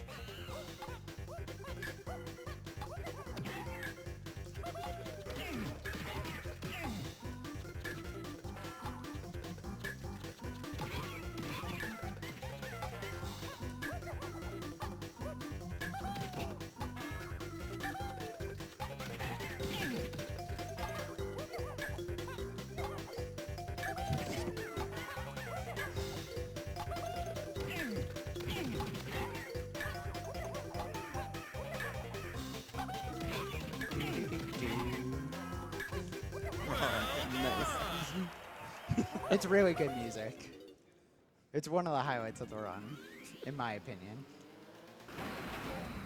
And so we're going to take Rocket Barrel and not head to the tag barrel like our favorite friend Tudos, and go straight to the Trophenskoth.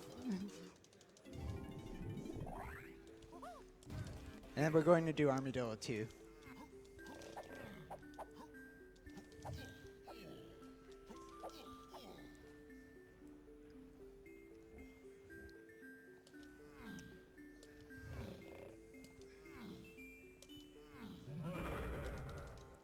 Alright, so Armadillo 2 is fairly similar to Armadillo 1. There's 4 cycles instead of 3. He shoots fireballs at you and a shockwave this time.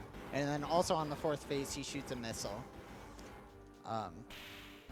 However, that's not the main highlight of this boss. The main highlight of this boss is the phenomenal music. My chat at home very much knows I sing along to this every run. And so, who wants me to sing along?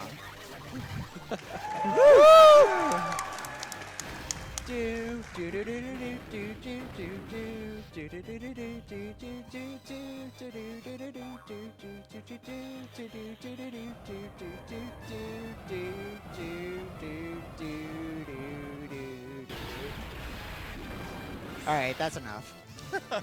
We don't need to get on any cringe compilations. So as Kiwi finishes boss, we can have some more donations here. Yeah. Yeah. Iron Hawks donates $50. The message only says SGDQ hype, but I think the audience might have something to do with that. Huh? How about a hype on 3? 3, 2, 1. Michael229 says, thank you so much for the nostalgia of Donkey Kong 64.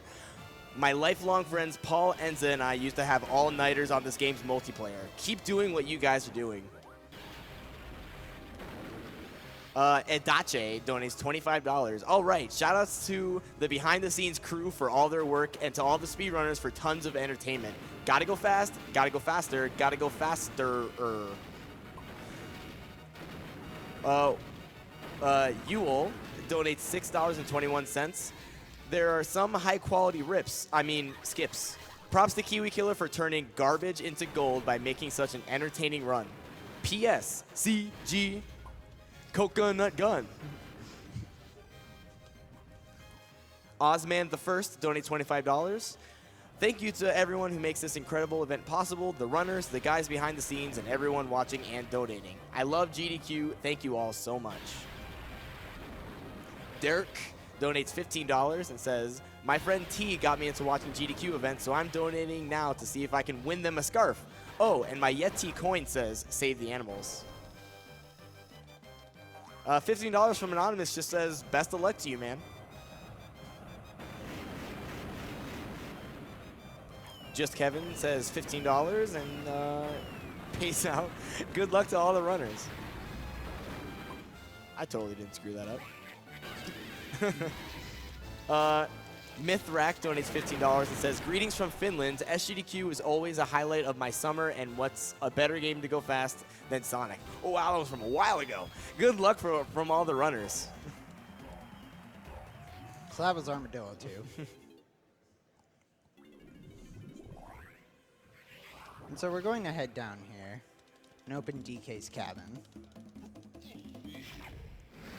And so inside, there's a matching puzzle. So you're supposed to match all the colors, pair them up, and it'll bring the golden banana down. But that takes too long. So we're gonna moonkick. Nice. And just backflip up and grab the golden banana. Very nice. It's really nice of the devs to put that platform right under the banana there.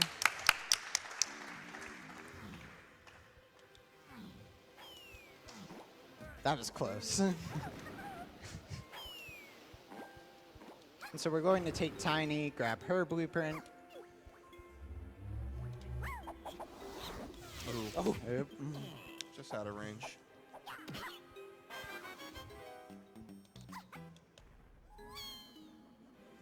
Head over here. And then if we turn around, we can actually backflip, grab the platform, and climb up. As I said, caves is a bit difficult of a level. There's a lot of things that can go wrong, as you can tell.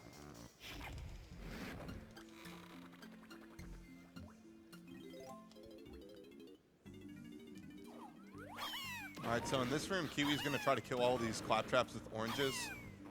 He ran out of oranges earlier, so we're going to make sure he plays it a little bit safer. There we go.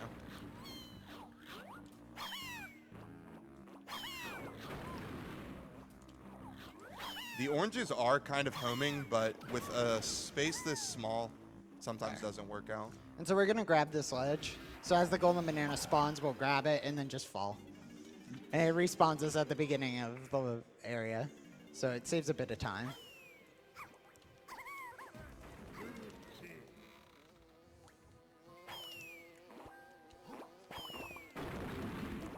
Play our bongos and enter DK's fiber cabin. So this area can be a little bit tricky just because the bees move so fast. So we'll grab this homing ammo. Homing ammo is also useful for later. There's Coke in that gun. Alright. Sometimes they just don't want to be hit, and you go through all your homing ammo, and you have a bad time. But that went pretty well. A little bit of movement optimization. Let's throw in some more moon kicks.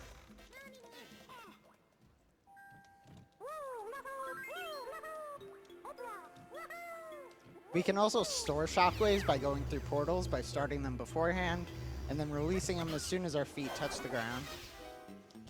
And just immediately grab the blueprint. I want a backflip. Thank you.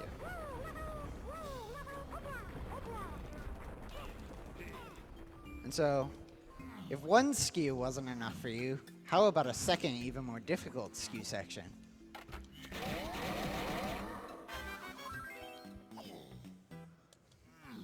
Yeah, this one can be really, really tricky here, so we're going to ask for silence for Kiwi.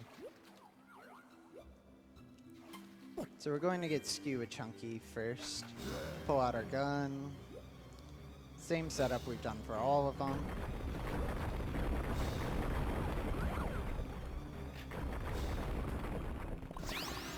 Grab this golden banana first. And then once we get to Snide's area, I'm going to save state, and that's actually where the difficult portion of it begins. Yeah, so there's an area in Crystal Caves where the igloo is, and there's a couple of golden bananas inside of these miniature kind of ice blocks.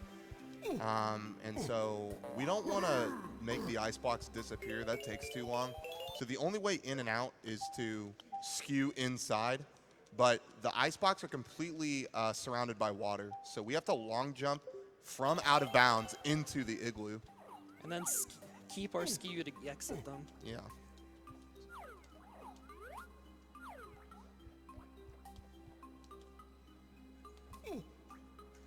Nice. That's one of the hardest tricks in the run. It's really hard to see where you are out of bounds there. You're kind of invisible. You got a long jump, and it's pretty precise to make it in.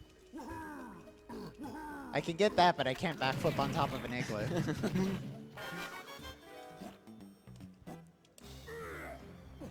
So we're going to tag Tiny and then enter her igloo.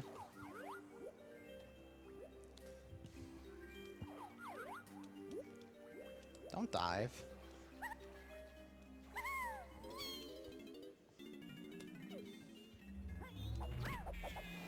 And so having Shockwave helps with killing the Kosha. And then we just need to hit this target 3 times, and it'll spawn a golden banana. Very nice. And then if we're in the correct position, we can grab that golden banana on its spawning. We were a little bit off, though.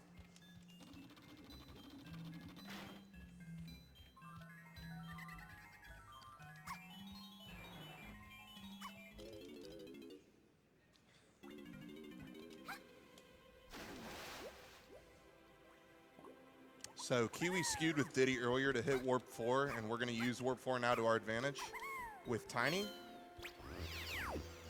And we're actually going to get a golden banana the way the developers intended us to get it.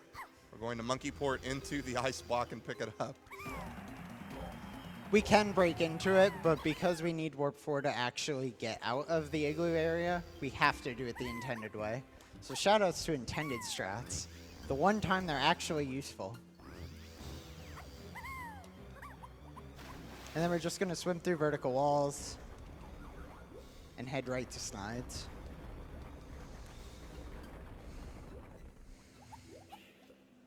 All right, so we have quite a lot of blueprints here to turn in, so I hope you guys have your O Banana filter refreshed. Oh, I have my bananas here. Oh, perfect. Some real opening. Nice. So we'll be turning in 2 blueprints with Lanky, 7 with Tiny, and 6 with Chunky. No, yeah, 6 with Chunky. So get your O bananas ready. Oh, banana! Oh, banana! Oh, banana! Oh, banana! Oh, banana!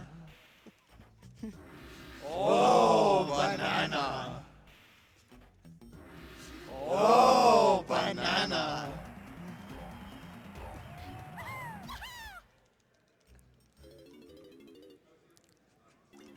And so we're going to get Tiny's instrument ammo here as well. We're going to need that for a golden banana in Crystal Cave, in Creepy Castle. Not Crystal Caves. We're already in Crystal Caves. We'd like to get out of this level.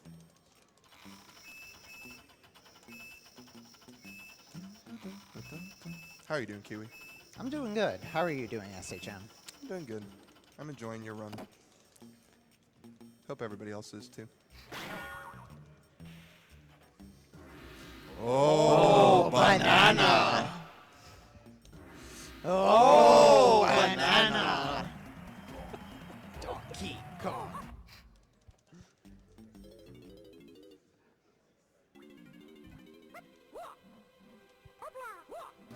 Tag barrel decided to go up and make me miss it. All right, 6 more.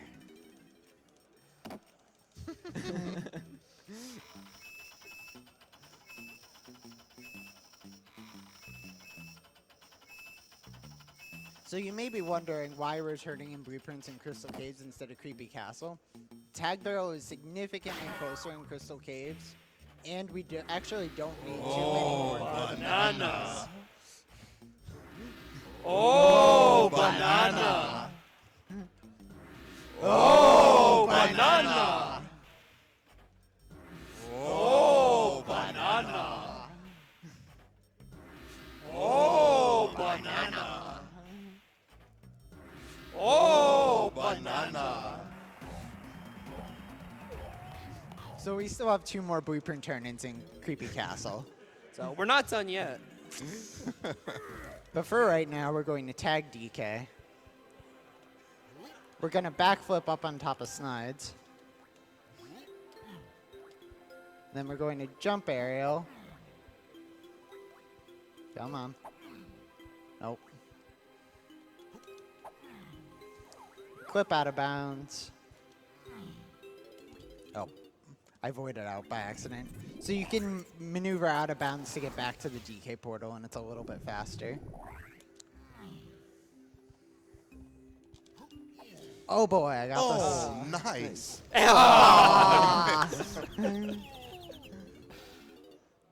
Oh well. So that's the slightly faster swag strat. The We'll do ceiling the kick. normal strat. You just wanted to show both strats. Yeah. Yeah. This is still a good So we strat. can damage ourselves and just roll across the lava.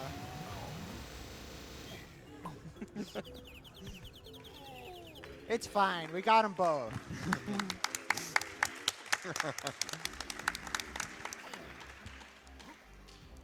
All right, so Kiwi is going to head to the last, well, not the last level of the game, but the second to last level of the game, where we actually can collect golden bananas in. He's going to head to Creepy Castle.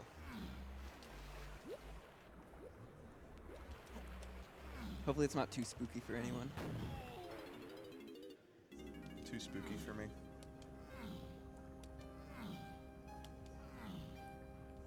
So I'm going to hit this gate and make sure the Kosha doesn't hit me into the lava. If he does, that gate will actually respawn, and then I have to re-tag DK, re-go back over there, and then, yeah, it's just an obnoxious time loss. So we got past it. Alright, that's fine. And we'll enter Creepy Castle. All right, so we have one of the hardest tricks of the run coming up here. So we will need complete silence to cross this bridge. A lot of people fall on this bridge. All right, he made it. We're fine. Nice.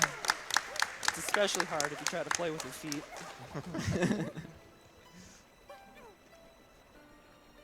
And so we're going to tag DK. And then we're going to enter that tree that we just passed. There's a golden banana and a blueprint in there for DK. However, because we don't have lag, we can't just clip through the gate. So we have to swim through this wall and then do something similar to what we did with Lanky earlier and his cage Chibi. Just set our swim through vertical wall position and swim through shores through the side.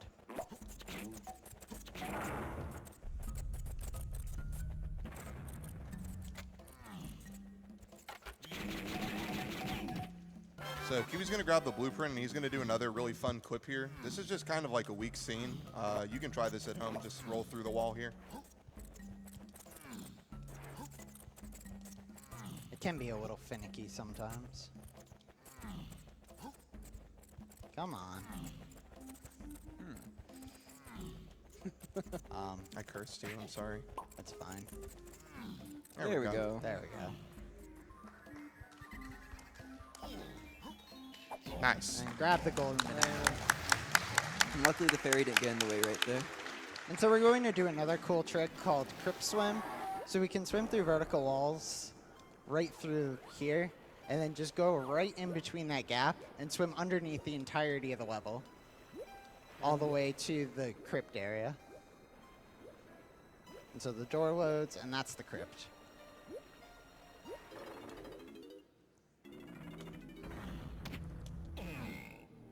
And this will be the last blueprint we collect in the run.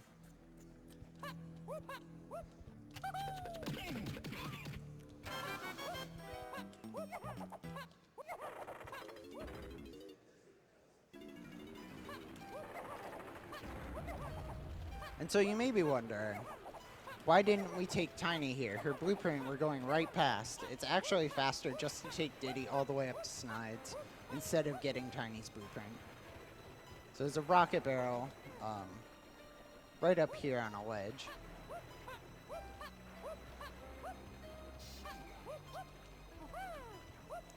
And we can just rocket barrel all the way up.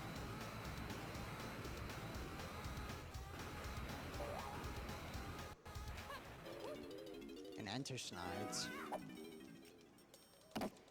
All right, Twitch chat and crowd. This is your second to last chance.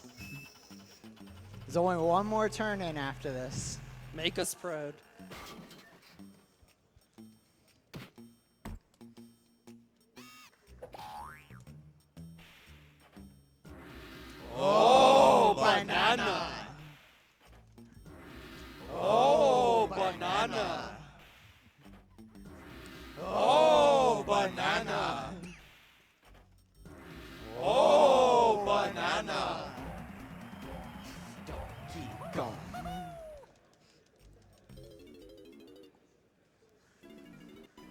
And so we're going to safely walk past that Kosha.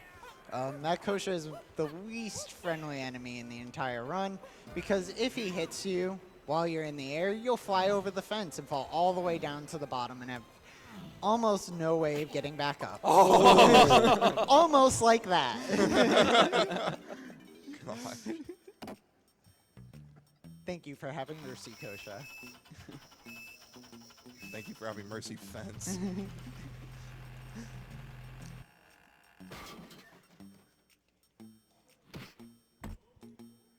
This is such a long cutscene. Oh, banana! Oh, banana! Oh, banana! I'm proud of you all. And so we're going to do a bit of an extended ledge clip. By being at a specific pixel, we can just fall right through this wall. Oh, grab the ledge. We call this library clip. There we go. Nice. It's pretty gaseous. Then we can overlap some more cutscenes. And exit the library.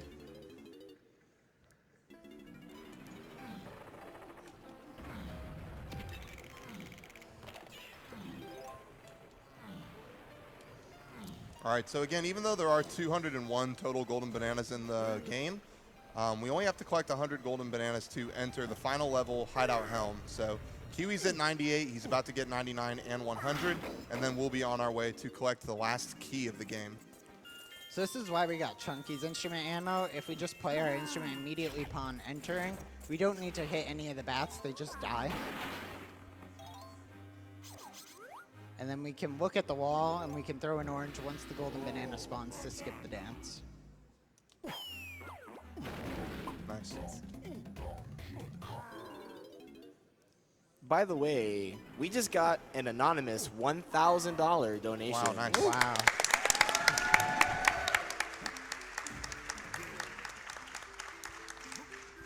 But they left no comments. Rip. Well, thank you very much for that $1,000 donation. So we're coming up on the last level boss of the run. This is King Cutouts. So the Kremlings here made a cardboard cutout of K. Rool, and you just gotta launch your Kong in his cannons and hit it. And of course, we get to do it with Lanky. If you miss him, you lose the Kong for the fight. So you basically have 5 chances to get him without missing him. Somehow they rigged laser beams up to the cardboard. I wish I knew how they did that. Some pretty advanced technology. So this is basically the entire fight, so if you can get some more donations in. Yeah. Yeah. Jan Skier donated $5 and said, "Loves watching your stream, Kiwi. It's great to see you at GDQ. Keep killing it, man." 64 Kongs Running donated $50 and said, "Loving all my childhood games being broken, especially DK64. Oh, banana." Artemis150 donated $15 and said, "My friend just introduced me to SGDQ and you guys are amazing. Put my donation towards Shovel Knight, Spectre of Torment, Beto's Big Break. Thank you." Dark Data gave us $10. "If this charity marathon was taking place inside DK64, would it be Donkey Kongs without bananas?" Fieldafar donated $8.15. "Hello everyone and greetings from Melbourne, Australia. I was so entertained by the DK64 speedrun, I just had to donate something. Loving SGDQ 2017 so far and looking forward to the rest of the event." The Electrical Man donated $10 and said, "Watching so many walls being broken makes me wonder where the building inspector was."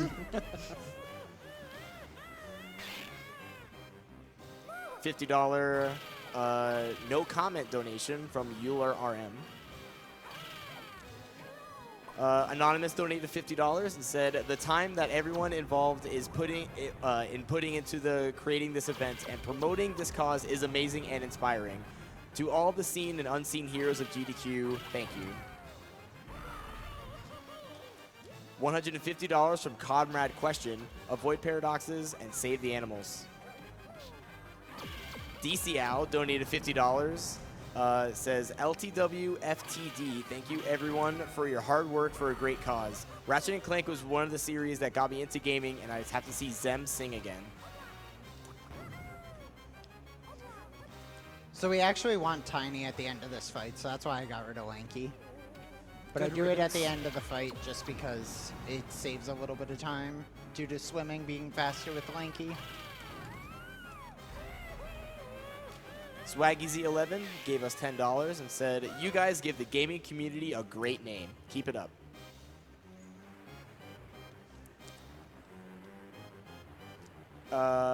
Andrew gave us $50 and said, any chump can save frames. Only the best can save the animals too. So now that we spawned the key, instead of actually going back to the middle and getting the key, because I set up myself on a specific wall, I can just swim through the wall and warp back to the middle.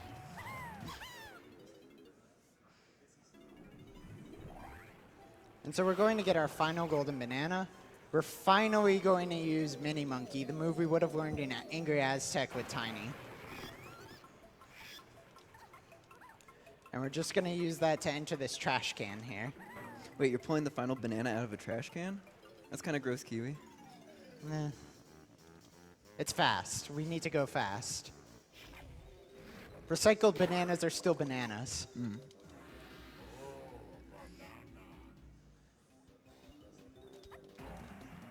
And now we have 100 golden bananas.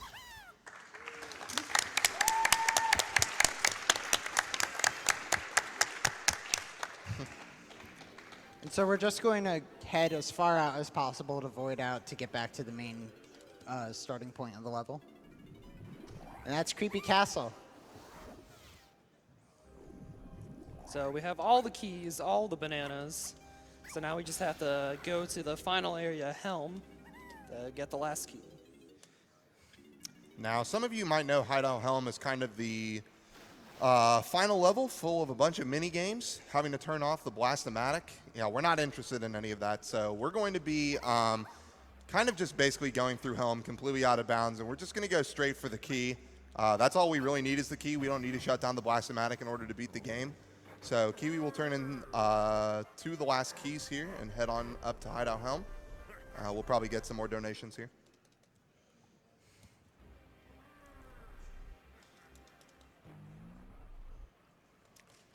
Hoop Yip Skip donated $5 and says, if you read this out loud, I'll donate another $5. This donation is dedicated to my wife, Alex, whose favorite game is DK64. Our love will always be like a golden banana. How romantic. GV donated $10 and said, guess nobody can put donkey in a corner. And here I thought my apartment had paper-thin walls. P.S. Save those animals. Anonymous $20 donation and said, good luck to all the runners and kill the animals. So now that we turned in both keys, we're just going to head back to the monkey port pad that we used earlier and head up to Hideout Helm. And this is the area that basically allowed us to change the majority of no levels early. So previously we would do a route called 40 blueprints. By getting all 40 blueprints, we could actually access Snide's bonus minigames, which would take us out of main menu mode and re-enable saving. However, since we did not collect all 40 blueprints, we only collected 34, we're still in main menu mode, so we're going to have to break out a Helm. But we'll keep that surprise for later.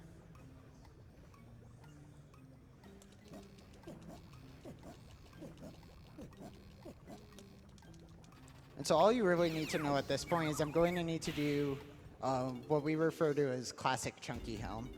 So there's two methods of doing Helm that are used in RTA, DK Helm and Chunky Helm. DK is usually a bit faster. It involves a trick called switch kick. It was shown off at the previous SGDQ where Tudos did any percent. However, because we need Chunky, what we're going to do is instead of moon kicking off this switch, we're just going to seem like we're going through it the intended way.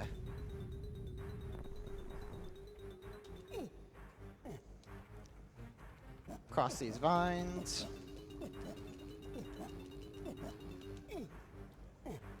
And head over to this terminal.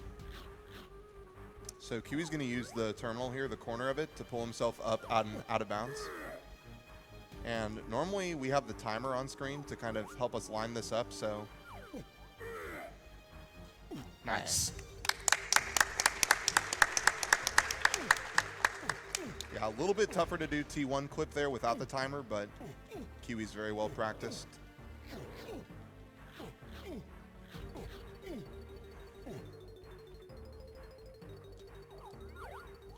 Now Kiwi is doing his best here to maneuver completely out of bounds until we get all the way to basically the end of Helm. If we were to inbounds here, that would be really, really bad for us. So we're just hoping to get all the way to the end. There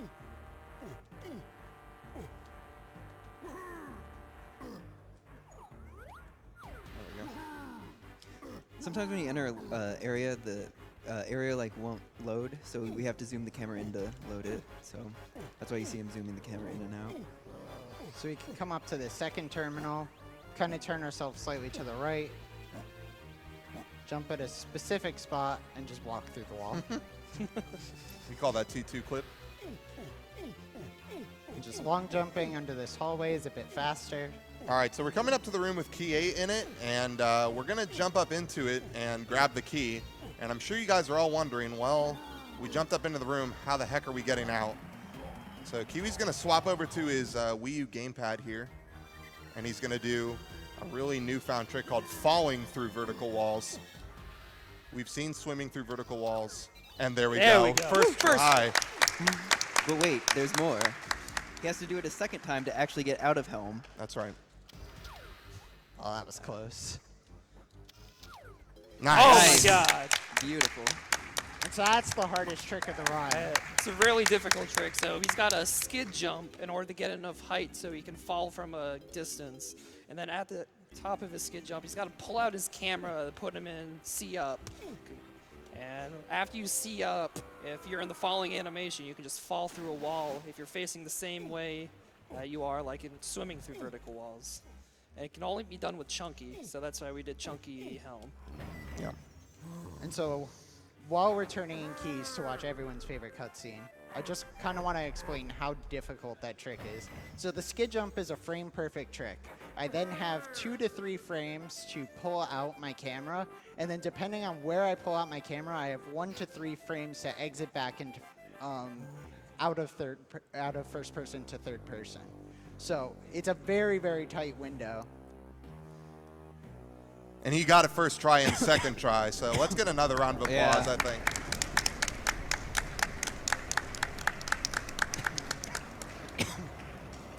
So this is one of the best cutscenes in the game. We got our boy K Lumsey here. We're gonna free him. He's gonna dance around the island here.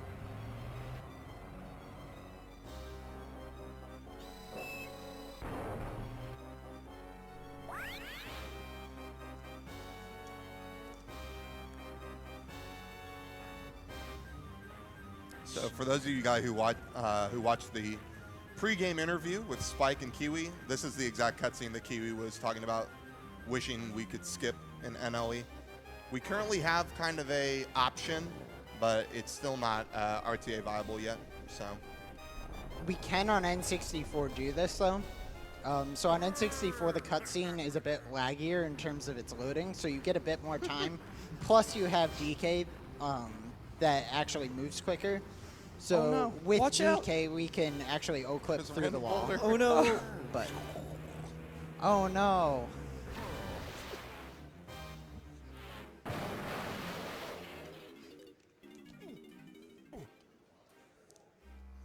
all right, final boss hype. And so we're just going to take warp 3 and head to the final boss.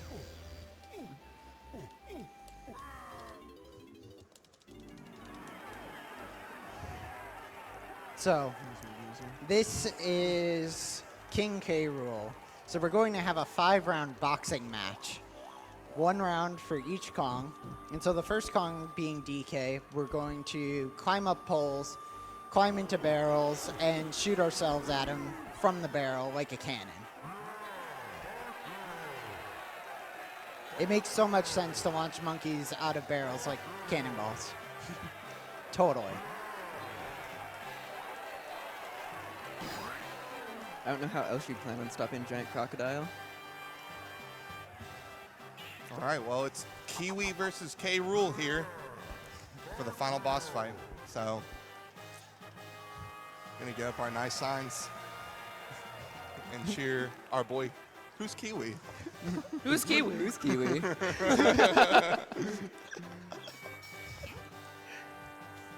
So, to explain the Who's Kiwi thing, there's a very old DK64 runner, CFox7, who's done a few AGDQ runs of DK64. I hosted him one time after I had gotten a PB in NLE, and he was just like, who is this Kiwi guy? I have no idea who he is. And I had just improved the world record in no levels early. Who's Kiwi? It was just funny. So. And we haven't let him live it down since. Shoutouts to Sea Fox. Yeah.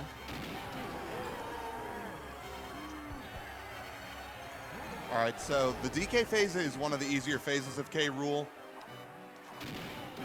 Kiwi knows the exact number of times that K. Rool punches before he's able to shoot out of the barrel. So this last one will be 7.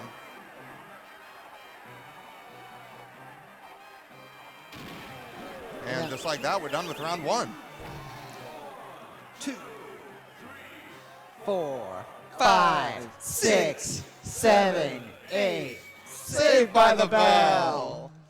Dang, somehow he was saved by the bell when there was plenty of time left on the clock. Something's not right here.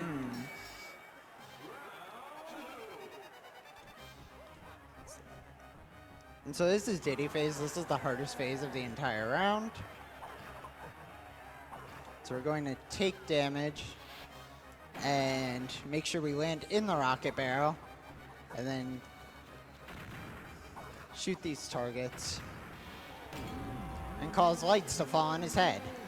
All right, so we've fallen through walls, we've swam through walls. Are you guys ready for us to shoot through walls?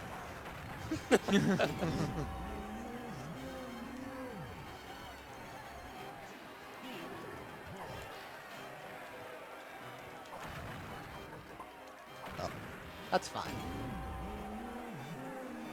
So optimally, we can shoot through both sides of each light and hit both targets just like that. So that was a really good Diddy phase, 1, actually. 2, 3, 4, 5, 6, 7, 8. Saved by the bell.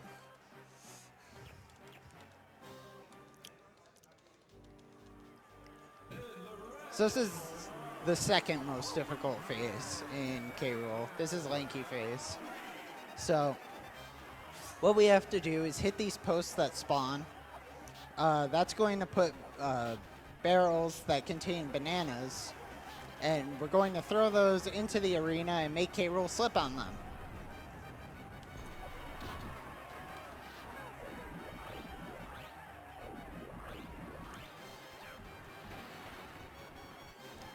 And so long as you move the same and place the barrels the same every time, this is a pretty consistent fight.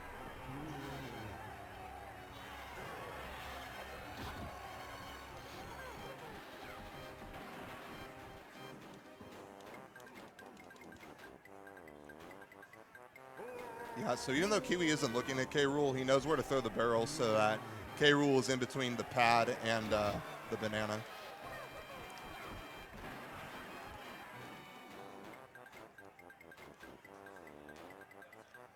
So he'll slip on this one, and we've got one more.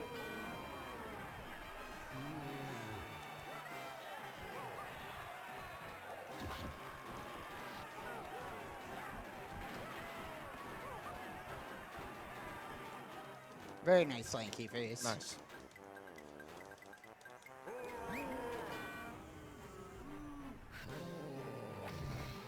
One, two, three, 4, 5, 6, 7, 8. Saved by the bell.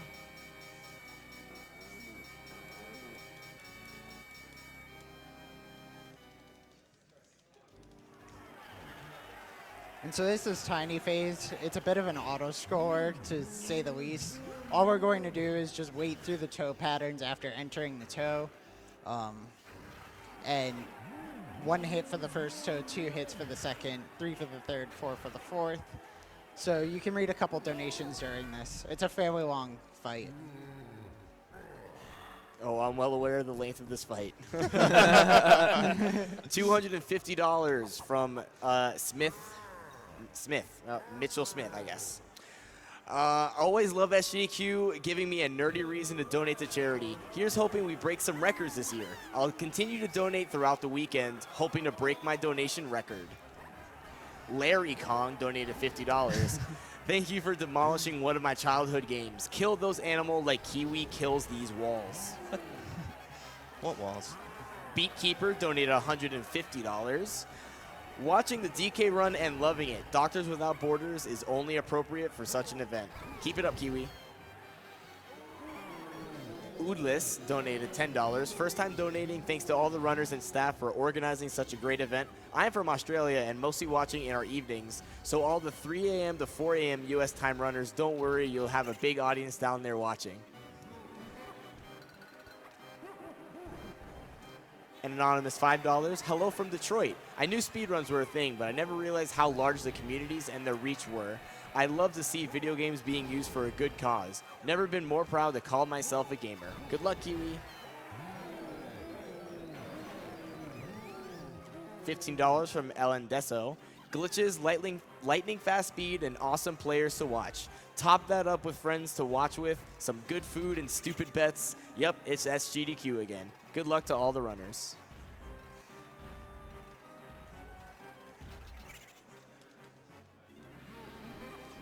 $5 from Watt.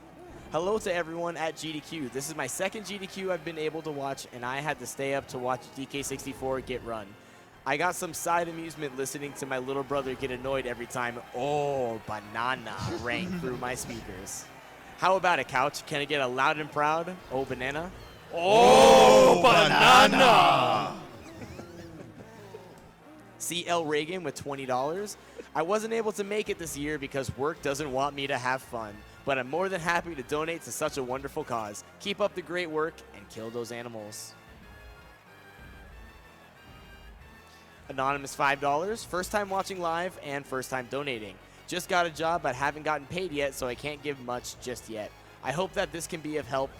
Juice and jam time. So you'll see I threw an orange there at the end. I thought I actually had less oranges than I do. So it's slightly faster to throw an orange at the end of each phase. It saves a couple frames. Before we get to the final phase, we have $10,000 from the Yeti. Wow.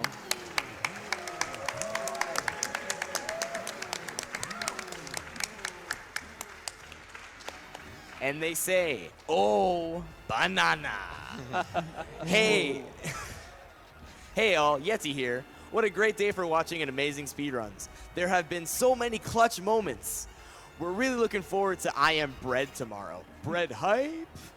Here's another 10,000 raised from our collection. Put it towards Tetris 8-Way, Balancing Animals, Ratchet and Clank Singing, and Nest for Yeti. We want to be the special boy. Woo! All right, so Tiny Phase is over with, so we just have to defeat K. Rool with Chunky. 2, 3, 4, 5, 6, 7, 8. Saved by the bell. So Chunky Phase. What we're first going to do is head to the middle and pound a switch without hopefully getting hit by K. Rool. And he's just going to be bouncing around, invisible. I wish I had invisibility powers by bouncing around in a boxing ring, but, you know, we can't have everything, I guess. And then for some reason, K. Rool becomes visible when we become invisible. Because that's how it works, right? When one person becomes invisible, the other invisible people turn visible. It's basic rules of physics. And then we're just going to primate punch him at the correct time, and he takes damage.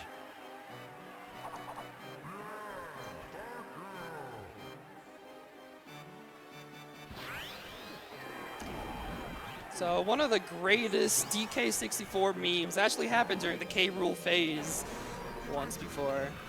So there's this runner named Connor75 where he was on world record pace, about to bop the great 2-dose. At 101%. And 101%. And he was on the final inputs, and all he had to do was press B. And y'all know what he did? He pressed A. And Connor backflipped and choked the world record. So, just to make Connor feel a little better, we're going to backflip as well. Oops.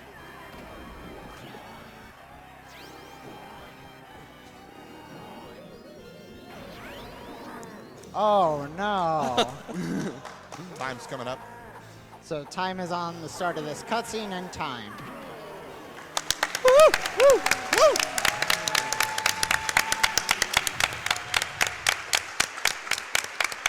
So I really hope you enjoyed DK64. It's a game that's really meant a lot to me. I've played it for a very, very long time from my childhood. It's one of my favorite games of all time. I just would like to give some shout outs. First of all to my fiance, who unfortunately could not be here. She couldn't get time off of work. We had the agreement that if I ever got to run into GDQ, she would come along, and she's unfortunately in bed at home, unable to be here, and it really means a lot that she's just out there supporting me and everything she does for me. So thank you. Also, I'd like to give a bit of shout outs to the DK64 community. So 3 people I want to mention in particular to start off with that have had a great effect on me with NLE. First, I would like to say Tiffany Fruit. I know you're probably watching, I don't know. But if we hadn't ever done that blind race, I wouldn't be here. And yeah, it means a lot. And yeah, I hope you're doing okay.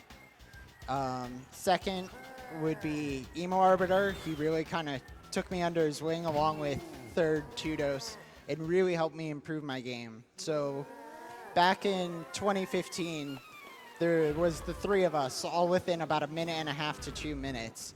And Emo and 2-dose traded the record. Myself and 2-dose traded the record. Then Emo and I traded the record. And although they haven't been running the category as much, it still means a lot that they put that much time and effort in really helping me bring up the level of my gameplay. Also, big shout outs to the rest of the DK64 community, the newer runners, so the Ball 96, Jaguar, Obayo, Vanity, basically the whole group that kind of is always in my stream, always watching my runs. It means a lot that you're always there supporting me and pushing me to keep improving this run. Also, a lot of the older runners, Ringrush, Seafox, Zernicus, Bismuth. You guys also really helped me a lot at the start with 101. Any percent, just the community's been really helpful. So, yeah, that's all I want to say. Thank you. Thank you for having me. And, yeah, hope you enjoyed.